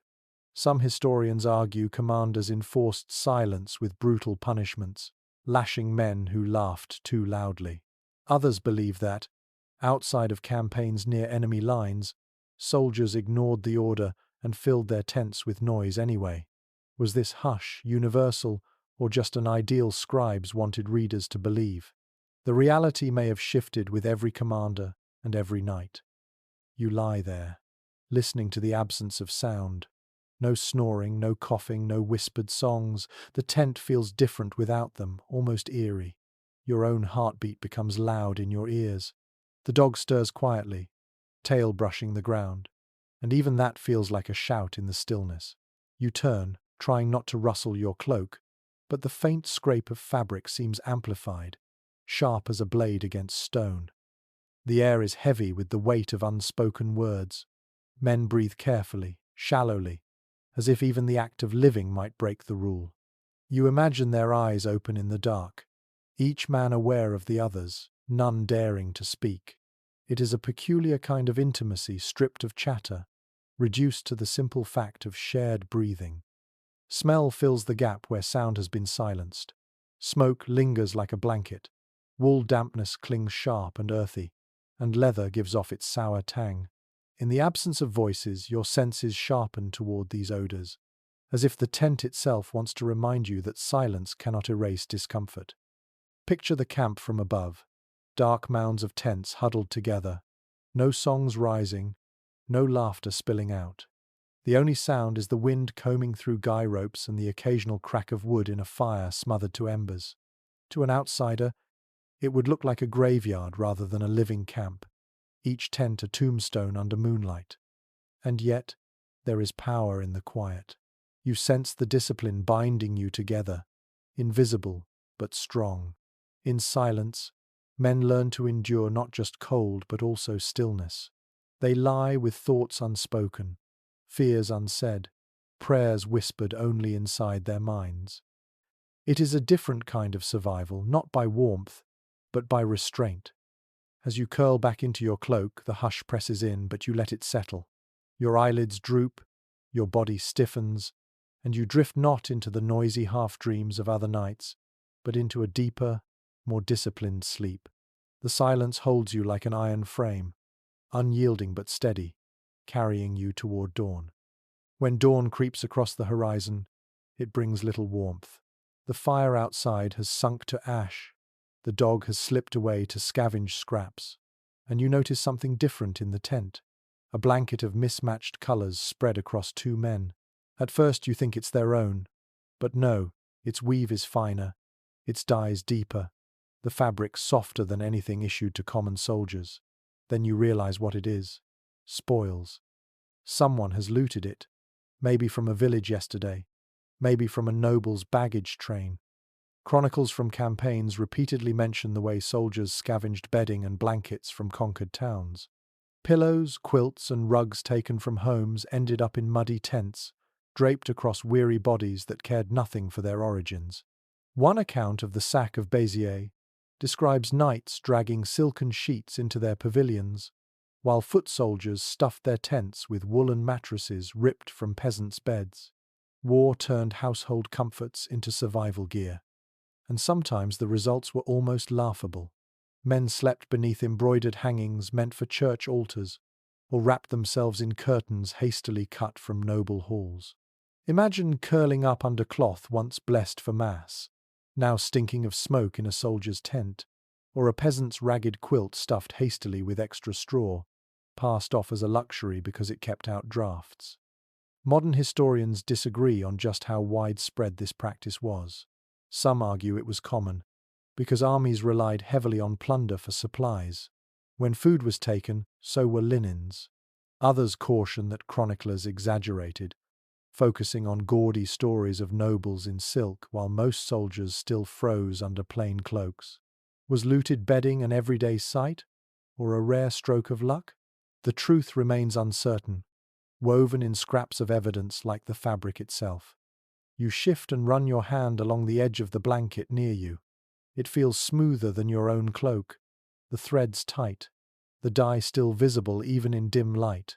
The men sharing it sigh with relief in their sleep, their bodies tucked together under this stolen warmth. Their faces look younger, softer, as if comfort has peeled away a few years of suffering. Around the tent, others notice too. One man eyes the blanket jealously, tugging his own threadbare cloak tighter. Another spits softly, muttering that loot never falls to the poor. Yet no one moves to take it away. In this cold, to tear away warmth is almost a crime against survival itself. The blanket stays, its origins forgotten, its purpose now reduced to one thing only: keeping soldiers alive. The smell lingers differently around the looted fabric. Unlike wool reeking of smoke and sweat, it carries a faint sweetness, perhaps lavender or rosewater, once soaked into it in some forgotten chamber. The scent is faint now, barely clinging, but enough to remind you this blanket once belonged in a world of softer lives. The contrast is sharp: fine fabric crumpled into mud, delicate threads serving as shields against brutal cold. Picture the tent as the first light filters in, a patchwork of survival. One man wrapped in looted velvet, another curled on a rough pelt, another shivering beneath only his cloak. Helmets and gambesons lie scattered, doubled as pillows and mattresses. The blanket draped across two men stands out like a jewel dropped in the mud, a reminder of plunder's strange role in keeping armies moving. You close your eyes again, imagining how many soldiers before you slept under someone else's treasure. Curtains, rugs, altar cloths, all torn from their rightful places to become bedding in the dark. War doesn't just take lives, it steals comfort and transforms it. Tonight, you sleep among fragments of other people's homes, stitched awkwardly into your own fragile survival. The stolen blanket does not reach you, so you shift back onto your corner of straw. It crackles faintly as you move, dry stalks snapping beneath your weight. The sound is strangely reassuring, at least it means the straw hasn't yet grown damp. You run your hand across it, feeling the rough ends prick your skin, and realize that for all its scratchiness, it is better than lying directly on the frozen ground. Records from medieval armies make it clear that straw was a standard form of bedding whenever possible. Bundles were cut from nearby fields, hauled into tents, and spread beneath cloaks as crude insulation. Chroniclers note that during long sieges, entire wagon loads of straw were requisitioned specifically for bedding. Without it, the earth leached heat too quickly, and men woke stiff, shivering, sometimes even with their hair frozen to the ground. And yet, there were creative twists. Some soldiers stuffed straw into sacks, sewing the top shut to make rough mattresses. Others scattered rushes or dried reeds, layering them carefully so the sharp ends pointed downward. Archaeological evidence even suggests that, in some regions, straw was replaced with bracken or pine needles, chosen because they released pleasant scents when crushed. Imagine the irony: your tent reeking of smoke and sweat, but your bedding releasing a faint woodland fragrance each time you shifted. Specialists still debate how effective straw truly was. Some argue it provided excellent insulation if replaced often, trapping pockets of air between stalks.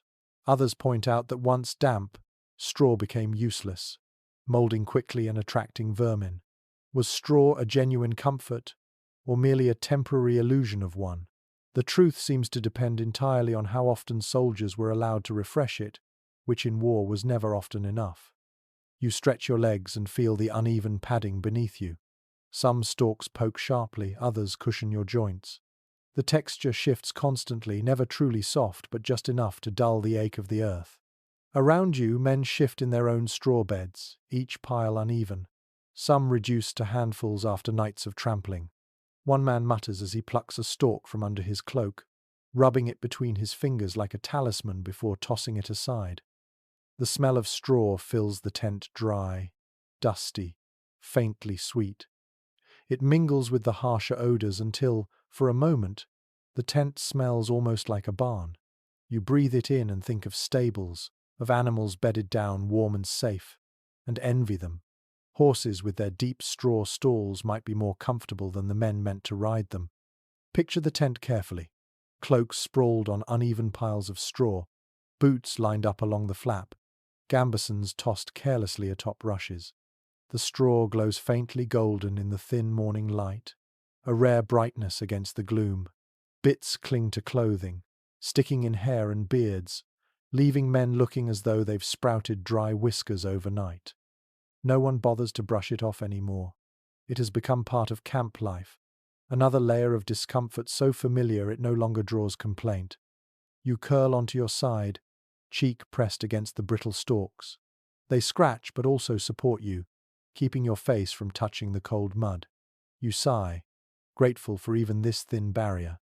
Straw isn't luxury, not by any measure, but it is enough. And in the world of tents and cold nights, enough is the closest thing you will ever find to comfort.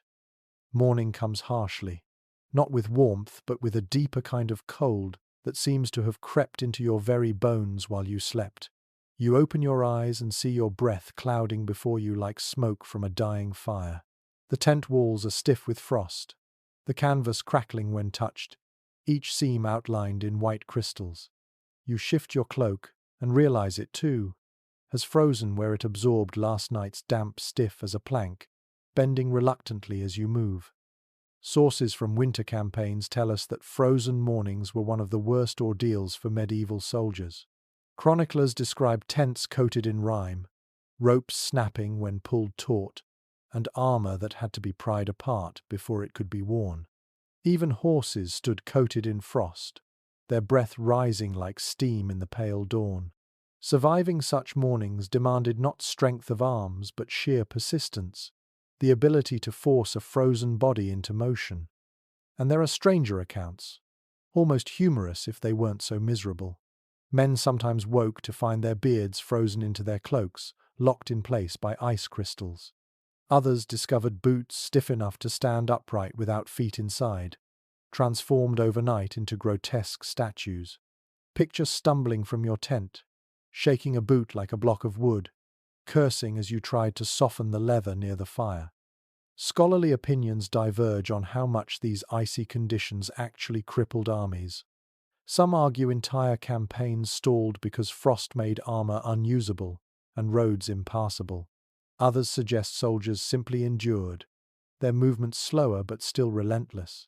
Were frozen mornings catastrophic or just another misery among many? The evidence is too inconsistent to settle it completely. You sit up slowly, cloak crackling as you pull it from your shoulders. Your fingers ache, stiff and clumsy, fumbling with the frozen ties of your tunic. Around you the tent stirs with groans and curses.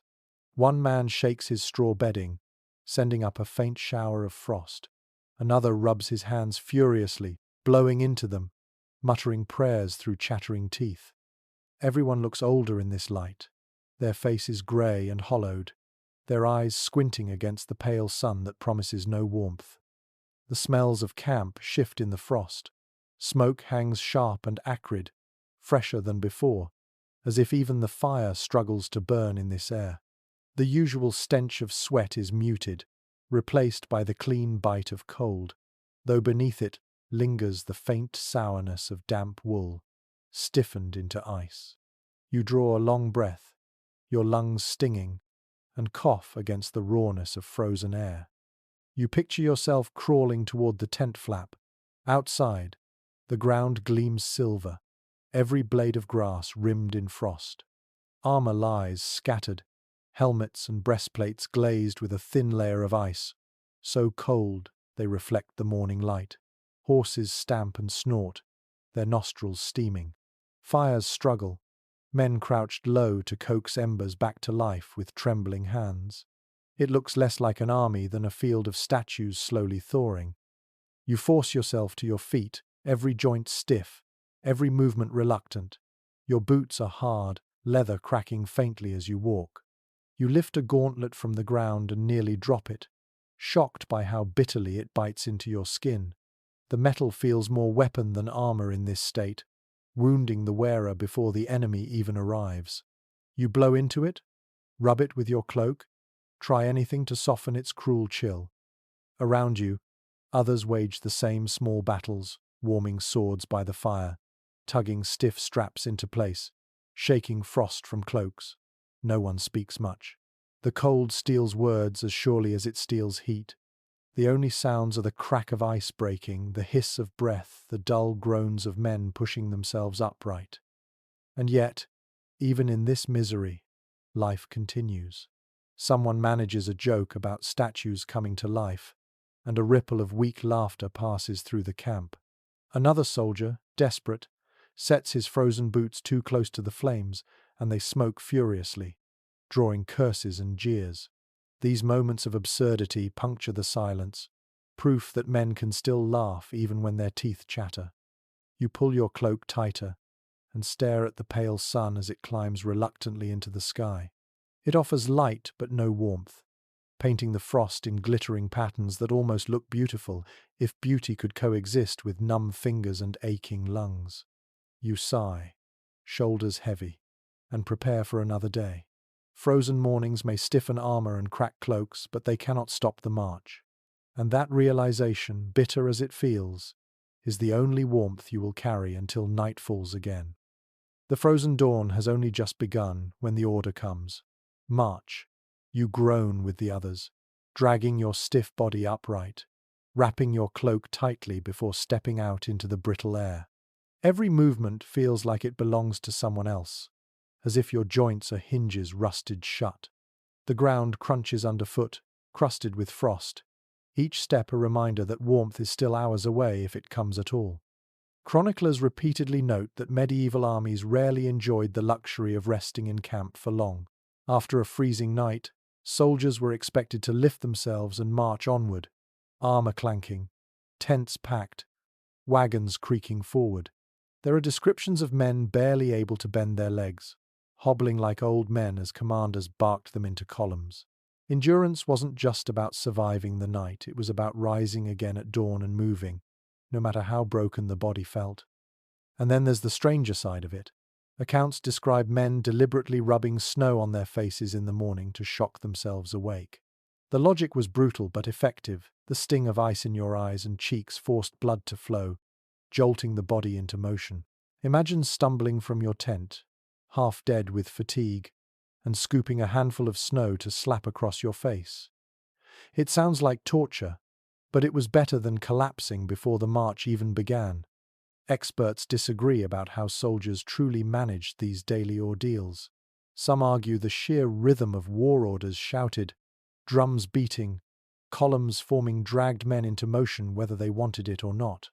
Others claim soldiers often lagged behind, straggling on roads, with commanders constantly berating them to keep up. Was morning discipline truly ironclad, or was it more chaotic than chronicles admit? The truth is probably both, rigid in theory, ragged in practice. You shoulder your bundle, the weight of cloak and gambeson pressing heavily, and join the shuffle of boots leaving camp. The fire is left to smoulder, the dog trots at the column's edge, and the tents collapse behind you, frost crackling as canvas folds. The air smells sharper out here, filled with cold earth and smoke that clings to your hair. Breath rises from hundreds of men at once, steaming like fog above the line of march. Your feet ache with each step. The boots, still damp from days past, rub against raw skin. Every soldier you pass limps slightly, their bodies stiff from sleeping half frozen. Yet the sound of movement builds. Hundreds of boots crunching, armor groaning, voices muttering. It becomes a rhythm, dragging you forward, each step pulling you farther from rest, yet closer to whatever awaits. The march feels endless. You look ahead and see nothing but cloaks hunched against the wind, spears bobbing like stalks of dead grass. Behind you, the same sight stretches to the horizon. Occasionally a horse snorts, hooves striking frost-hard soil, reminding you that even the animals suffer. Your stomach growls, your throat burns from dry air, but still you walk. And here is where the absurdity creeps in. Men joke even now. One soldier shouts that his legs have turned to frozen logs, another replies that at least logs burn warmer. Laughter trickles down the line, weak but real. Someone begins humming a tune off-key, dragging but others join, voices weaving into the crunch of boots. The song is not joyful, but it carries you. The landscape passes slowly, each mile a blur of frostbitten trees, grey sky, and pale earth. Your cloak flaps stiffly, edges frozen in jagged waves. You glance at your comrades and see their faces pale, lips cracked, eyes red-rimmed from cold wind. Yet their jaws are set. The march is misery, but it is also motion, and motion means survival. By the time the sun climbs, weak and watery, you have walked for hours. Your body no longer feels entirely your own numb feet, aching shoulders, a back bent beneath layers. But strangely, the numbness becomes its own armor. Pain dulls, replaced by rhythm. Left foot, right foot. Breath in, breath out. The world narrows to this cycle, repeated until it becomes almost meditative. And as you walk, you realize this is the secret of surviving medieval campaigns. Not just enduring the cold night, but enduring the frozen morning after. When every instinct begs you to lie down and never rise again, instead you rise. You walk. You let the rhythm carry you forward, even when you feel like ice inside. By midday, the march has carried you into a different landscape, though the cold clings stubbornly. You notice, however, that not every army faced the same kind of misery. Soldiers from different corners of Europe brought their own traditions of fabrics and winter gear, each suited or sometimes poorly suited to the climates they knew best. Lying in your tent again that night, you think about how survival looked very different depending on where you came from. Surviving records show clear regional contrasts. In Northern Europe, wool dominated everything: thick cloaks, layered hoods, even mittens stitched from felted scraps. Chroniclers in Flanders described men cocooned in wool so dense that snow slid from their shoulders like water. Meanwhile, soldiers from southern lands often struggled when forced into northern winters. Their lighter linen garments, perfect for Mediterranean breezes, became liabilities in sleet and ice. Some even froze, unaccustomed to nights when the ground itself turned to stone. And there were peculiar improvisations too. Men from colder regions sometimes stuffed their boots with moss or sheep's wool, a trick passed down from shepherds. In contrast, Italians on campaign in the Alps were noted for layering spare shirts beneath their armor, building warmth not with outer cloaks but with multiple thin fabrics. Imagine peeling off 5 damp linen shirts at dawn, each one heavier with frost, each one still clung to, because even frozen linen was better than nothing at all. Specialists today disagree on whether these regional practices actually mattered in the field. Some argue cultural clothing traditions gave soldiers a real advantage in alien climates. Scots and Norsemen, for instance, enduring damp winters more easily than soldiers from warmer coasts. Others believe once men were on campaign, everyone suffered equally. Wet wool is wet wool, no matter what corner of Europe you came from. Did fabric traditions truly shape survival, or were they quickly erased by mud and frost? The debate remains unsettled. You lie back and think about your own cloak, thick but itchy, smelling of smoke. You imagine men elsewhere under cloaks dyed bright red or green or trimmed with fur. Some were heirlooms, passed down through families, their wearers believing the fabric carried the strength of ancestors. Others were stolen, looted from villages, their origins erased the moment they were wrapped around a shivering body. In war, identity of cloth didn't matter as much as whether it kept the wind off. The tent fills with variety, even among your own comrades. One soldier beside you wears a cloak patched with leather, the seams stiff and shiny. Another clings to a blanket striped with colours, clearly woven in a different land. A third wraps himself in layers so thick he looks almost like a mound of cloth with no man inside. The diversity of fabrics creates a patchwork inside the dim shelter, each square telling a different story of where the men came from and what they carried into this frozen campaign. The smells, too, shift with the fabrics. Wool smells heavy and sour when wet, linen sharp and grassy, fur musky and animal-like. Together they create an atmosphere that is oddly regional, like a map of Europe recreated in odours rather than borders. You breathe it in and feel as though you are surrounded not just by soldiers, but by an entire continent squeezed into a single tent. Picture the camp as seen from above. Tents scattered across frost, each filled with men wrapped in their own traditions of cloth. To one side, soldiers huddle under bright Flemish wool. To another, men tug lighter cloaks from Spain tightly around their shoulders. Some make do with nothing but patched tunics, while others burrow under fur as soft as velvet. The battlefield erases nationality, but at night, when cold presses hardest, every stitch of fabric becomes a reminder of where you were born. You close your eyes, tugging your cloak tighter, and realize that survival tonight is stitched not just from wool and straw, but from culture itself. You are warmed or frozen by the choices of weavers, tailors, and traditions that came long before you. And though tomorrow you will march again beside men from distant lands, tonight you share their struggle, wrapped together in the patchwork quilt of Europe's fabrics. The frost has barely left the ground when you realize the next ordeal is worse than an open march. A siege. A camp outside city walls is no temporary stop, no fleeting misery of 1 or 2 nights. It is weeks, even months, of waiting in damp trenches and dripping tents, with the cold pressing down harder every day. Here, the tent becomes less a shelter than a cage, trapping soldiers in cycles of smoke, wet earth, and endless boredom. Medieval chronicles tell us that sieges dragged on through bitter winters, forcing men to sleep in fields churned into mud and slush. Soldiers dug shallow trenches, pitched tents on makeshift platforms, and prayed their shelters would withstand storms.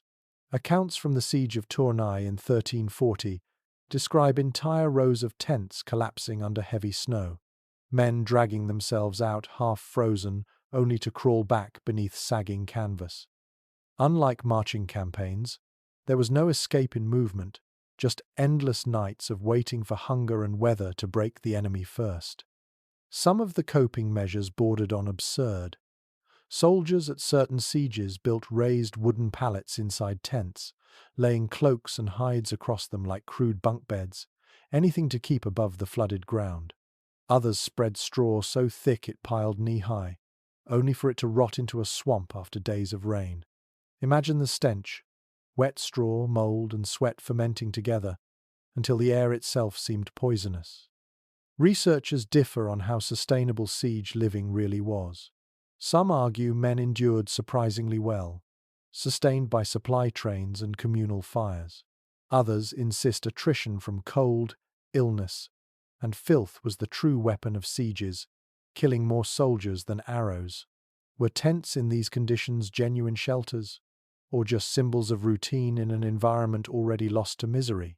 The evidence points in both directions, depending on who survived to tell the tale. You picture yourself huddled in such a tent, listening to rain hammer canvas night after night. The ropes creak, the poles bow, water seeps in no matter how you patch the seams. Your cloak clings damply to your shoulders, and the straw beneath you has turned into black sludge. You shift in your sleep, and every movement squelches. It's not just uncomfortable, it feels suffocating, as though the earth itself is swallowing you. The smells intensify until they are unbearable. Acrid smoke caught beneath the tent flap, mold from rotting straw, sweat trapped in damp wool. Add to that the reek of unwashed bodies crammed into too small a space, and you understand why men grew sick so quickly.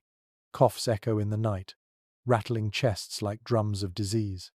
The tent, meant to guard life, becomes a chamber where fever spreads faster than fire. Picture the camp outside: lines of tents sagging under frost, trenches filled with brackish water, soldiers stumbling with buckets to throw it out only to see more seep in. Fires smoke stubbornly, refusing to burn properly in damp wood. Horses stand huddled, ribs showing, their breath steaming into the grey air. From the walls above, defenders watch, knowing time and weather are already allies. And yet, even here, men improvise. Some carve charms into tent poles, believing symbols of saints will hold the canvas upright. Others cluster in larger tents, pooling heat and laughter, telling stories to drown the sound of dripping water. You hear one man boast that he once slept dry for 3 nights straight, thanks to a fur cloak looted from a merchant, while another jokes bitterly that he'd trade his sword for a straw mattress that didn't rot beneath him. As you close your eyes again, listening to the wind howl across trenches, you realize that siege life was as much a battle with the elements as with enemies. Every night became an act of stubborn resistance: to lie in a leaking tent, to breathe in the stink of rot, and still to wake and endure another day. Survival wasn't measured in victories, but in the sheer will to keep living through the slow, icy grind of time. The cold that gnaws at you in northern winters is one thing, but there's another kind of cold that catches men by surprise: the desert night. You might imagine sand and heat, the glare of the sun baking the day into misery, but when darkness falls, the warmth vanishes as if stolen by invisible hands. A chill sweeps over the camp, sharper for its contrast to the blistering hours before. Men who marched all day with sweat pouring down their backs now find themselves shivering under a canopy of stars. Accounts from crusading armies in the Levant, as well as chronicles of Moorish campaigns in Spain, describe how soldiers struggled with these brutal swings in temperature. Cloaks soaked with sweat during the day, hardened like boards at night, trapping dampness against skin. Fires became difficult to maintain, because dry desert winds devoured sparks, and wood had to be scavenged or traded at high cost. What seemed like a land of blazing sun turned treacherous once the moon rose. And there were peculiar improvisations worth remembering. Soldiers often dug shallow pits in the sand, laying inside and covering themselves with cloaks, so the earth itself served as insulation. Others slept beneath their shields, turning curved metal or wood into a roof against the cold wind. Some men even claimed that burying their feet in warm sand before nightfall kept them comfortable until dawn, a trick that worked only if the desert held the day's heat long enough. Scholars remain divided on whether these methods truly helped. Some point to records of men freezing to death during desert campaigns, evidence that improvisations fell short. Others argue that the very survival of armies in such climates proves these tactics must have been at least somewhat effective. Were soldiers enduring, or merely gambling each night on luck? The answer is buried as unevenly as their makeshift beds. You imagine yourself lying in such a tent, its canvas straining against hot winds that suddenly turn icy. Sand creeps into every seam, filling your boots, grinding between your teeth. The stars above seem endless, sharp as frost themselves, their beauty mocking your shivering body. Your cloak clings stiff with dried sweat, the smell pungent, sour, intensified by the dry air. Around you, men cough hoarsely, their throats raw from dust, their voices brittle as parchment. The silence of the desert night is different from northern winds. Here there is no rustle of trees, no patter of rain, only vast emptiness, broken by the occasional bark of a jackal or the cry of some night bird. Every sound feels magnified. Footsteps crunching sand, the hiss of a tent rope shifting, the pop of a coal refusing to die. You pull your cloak tighter, but the cold slithers under it like a snake, finding every gap. Picture the camp from above. Tents huddled like dark shells scattered across pale dunes, each one glowing faintly from within as men cluster around braziers of scavenged wood. Horses stand tethered, their bodies hunched, their breaths fogging the dry night air. The fires flicker weakly, their light swallowed by the immensity of the desert. From a distance, the army looks like a handful of fireflies trapped in an endless sea of sand. Despite the misery, laughter still trickles through the tents. One soldier jokes that he preferred the snow of home to this cursed land where you sweat and freeze in the same day. Another mutters that at least here, lice die quicker in the dry air, and the tent bursts briefly with laughter. Survival, again, is stitched not only with cloaks and fires, but with humor, the last defense against despair. You close your eyes, the sand scratching against your cheek, the stars glaring overhead. The cold still seeps into your bones, but you tell yourself the dawn will come, the sun will rise, and once again heat will return. That cycle, burning days and freezing nights, becomes its own rhythm, as steady and punishing as the marches of northern frost. And in that rhythm, somehow, soldiers endure. The desert night leaves its mark, but so too do the endless winters, and eventually the body begins to show the price of these campaigns. You wake one morning and realize the cough you heard in the tent last week has not gone away, it has multiplied. Men hack and wheeze in the dark, their chests rattling as though gravel has been poured inside. You touch your own throat, raw from smoke and frost, and understand that sickness is as constant a companion as your cloak. Surviving letters and chronicles reveal how disease became inseparable from cold nights in camp. Pneumonia, fevers, and frostbite spread faster than arrows. Even minor chills could turn deadly when men slept damp night after night. One commander in the Baltic lamented that more soldiers were buried by ice and coughs than by enemy swords. It was a truth every army knew but could not escape. Cold weakened bodies, and weakness invited sickness. And there were the stranger details, the things soldiers did to cure themselves. Some drank warm ale mixed with garlic, swearing it banished chills. Others wrapped hot stones in cloth and pressed them to their chests, hoping the heat would chase coughs away. A few even placed slices of onion in their boots, convinced the fumes travelled upward to cleanse their lungs. Imagine the stink in a tent where smoke, sweat, and onions mingled into a suffocating haze. Modern researchers are divided on just how devastating cold-induced illness was. Some argue it decimated armies, accounting for the majority of casualties in certain winters.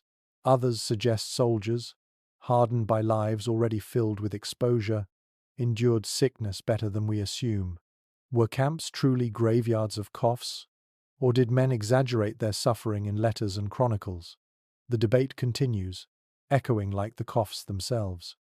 You lie back and listen to the symphony of illness around you. A man on your left hacks violently, spitting phlegm into the straw. Another groans, clutching his chest. whispering that his ribs feel like knives. Someone sneezes, wet and explosive, and curses immediately after. The sound is constant, layered over the crackle of the fire outside and the whistle of wind through seams. The smell has changed too.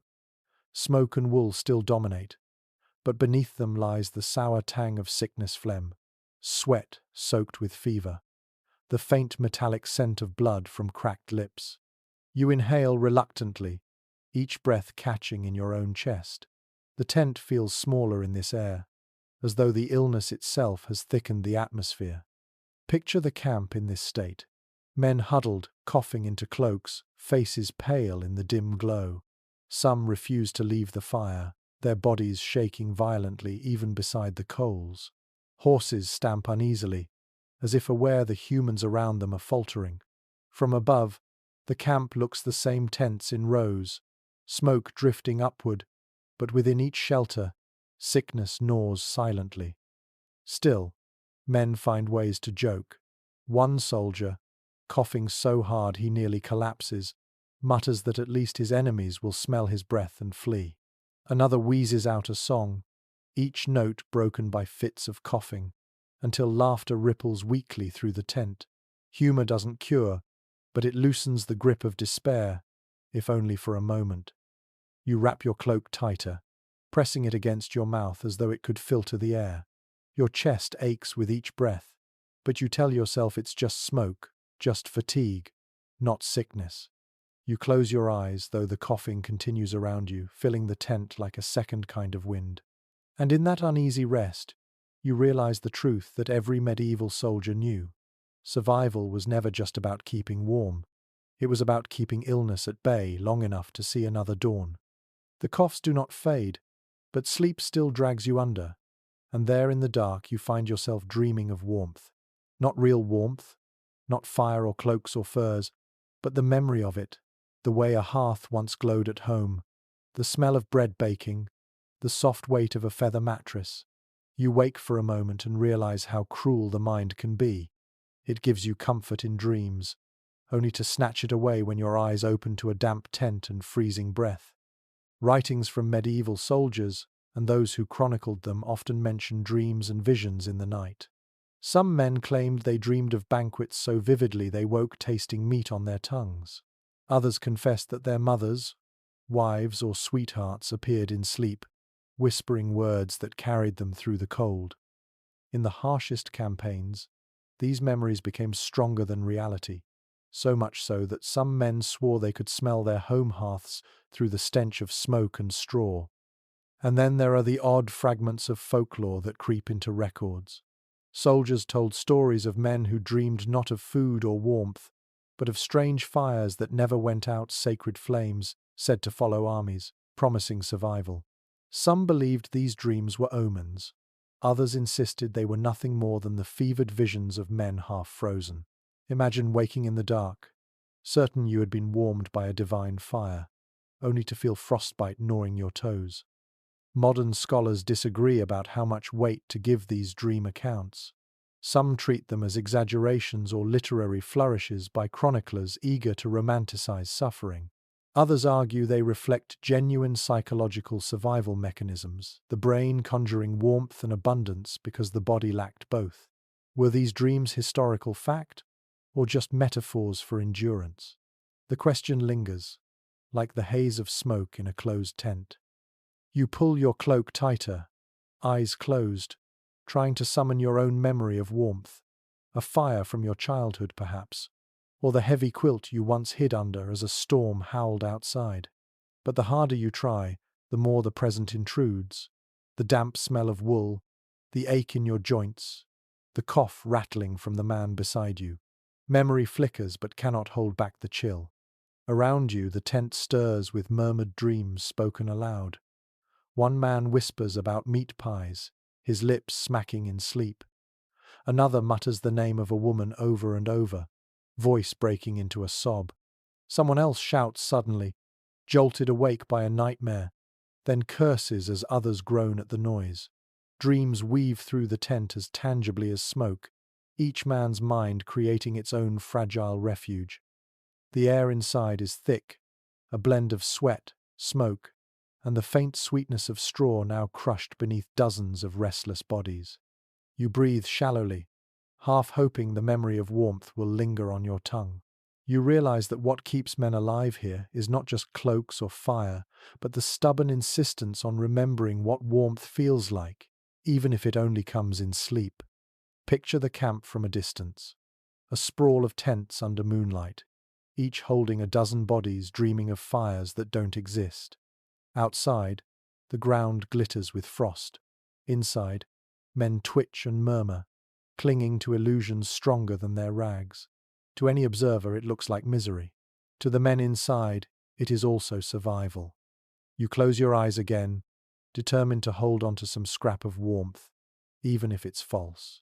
You let your mind wander to imagined firesides, to laughter at tables, to the glow of hearths.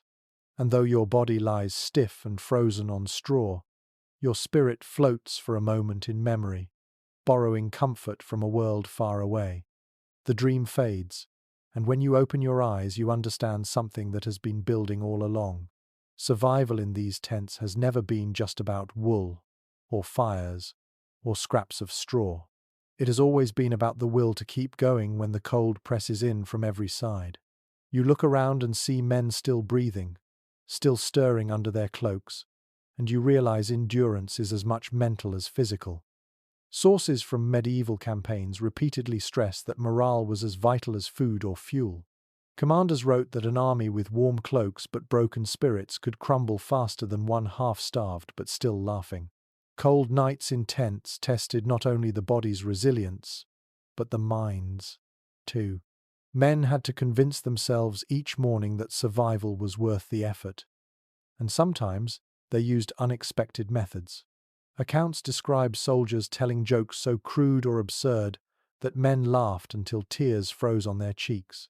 Others sang lullabies from their childhoods, voices cracking but determined.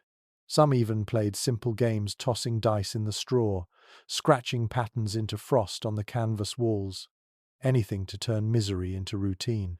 These small acts stitched the mental fabric that cloaks alone could not provide. There is still debate among historians about which mattered more, the physical strategies of survival or the psychological ones. Some argue no charm, no song, no memory could fight frostbite. Others insist it was precisely these fragile mental rituals that carried soldiers through, allowing them to rise at dawn and march again. Did men endure because their cloaks held, or because their minds refused to break?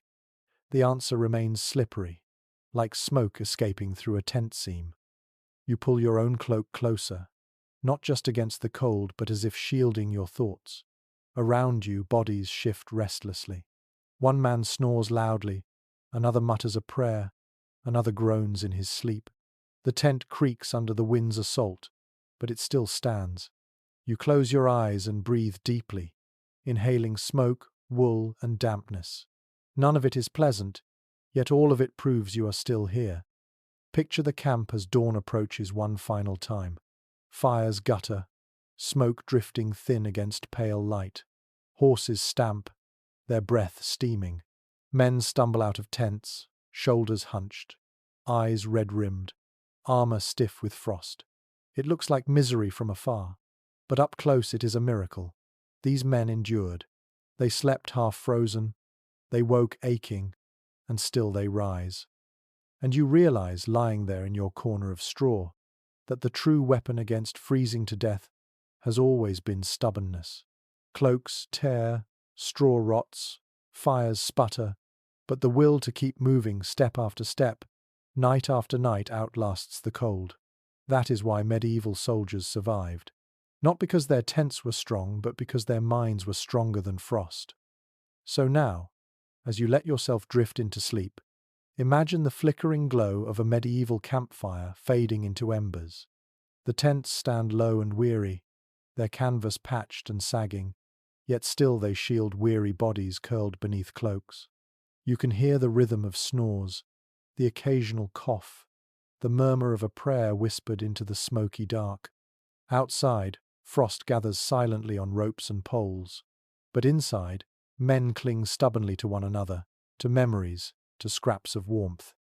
The story of how they slept, wrapped in wool, pressed against comrades, guarded by fragile fires and even by faith, tells us something deeper than just military history.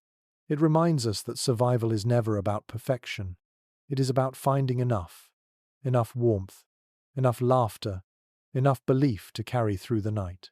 Every droplet that dripped through canvas, every flea that crawled across skin, every icy gust that rattled a flap was another test. And yet, dawn always came, and the soldiers always rose. Tonight, as you lie beneath your own blankets, you might picture yourself in that tent. You can almost feel the rough wool scratching your cheek, hear the canvas strain in the wind, smell the smoke seeping into fabric. But you also feel the quiet determination that bound those men together, the refusal to yield to cold, the fragile courage of closing one's eyes and trusting morning to come. So let your breathing slow, let your body sink deeper into softness. The cold and the noise belong to another time, another place. Far away from you now. You are safe, and the world outside can wait. Sleep, like those soldiers once did, not in comfort but in endurance, knowing you have already made it through the hardest part.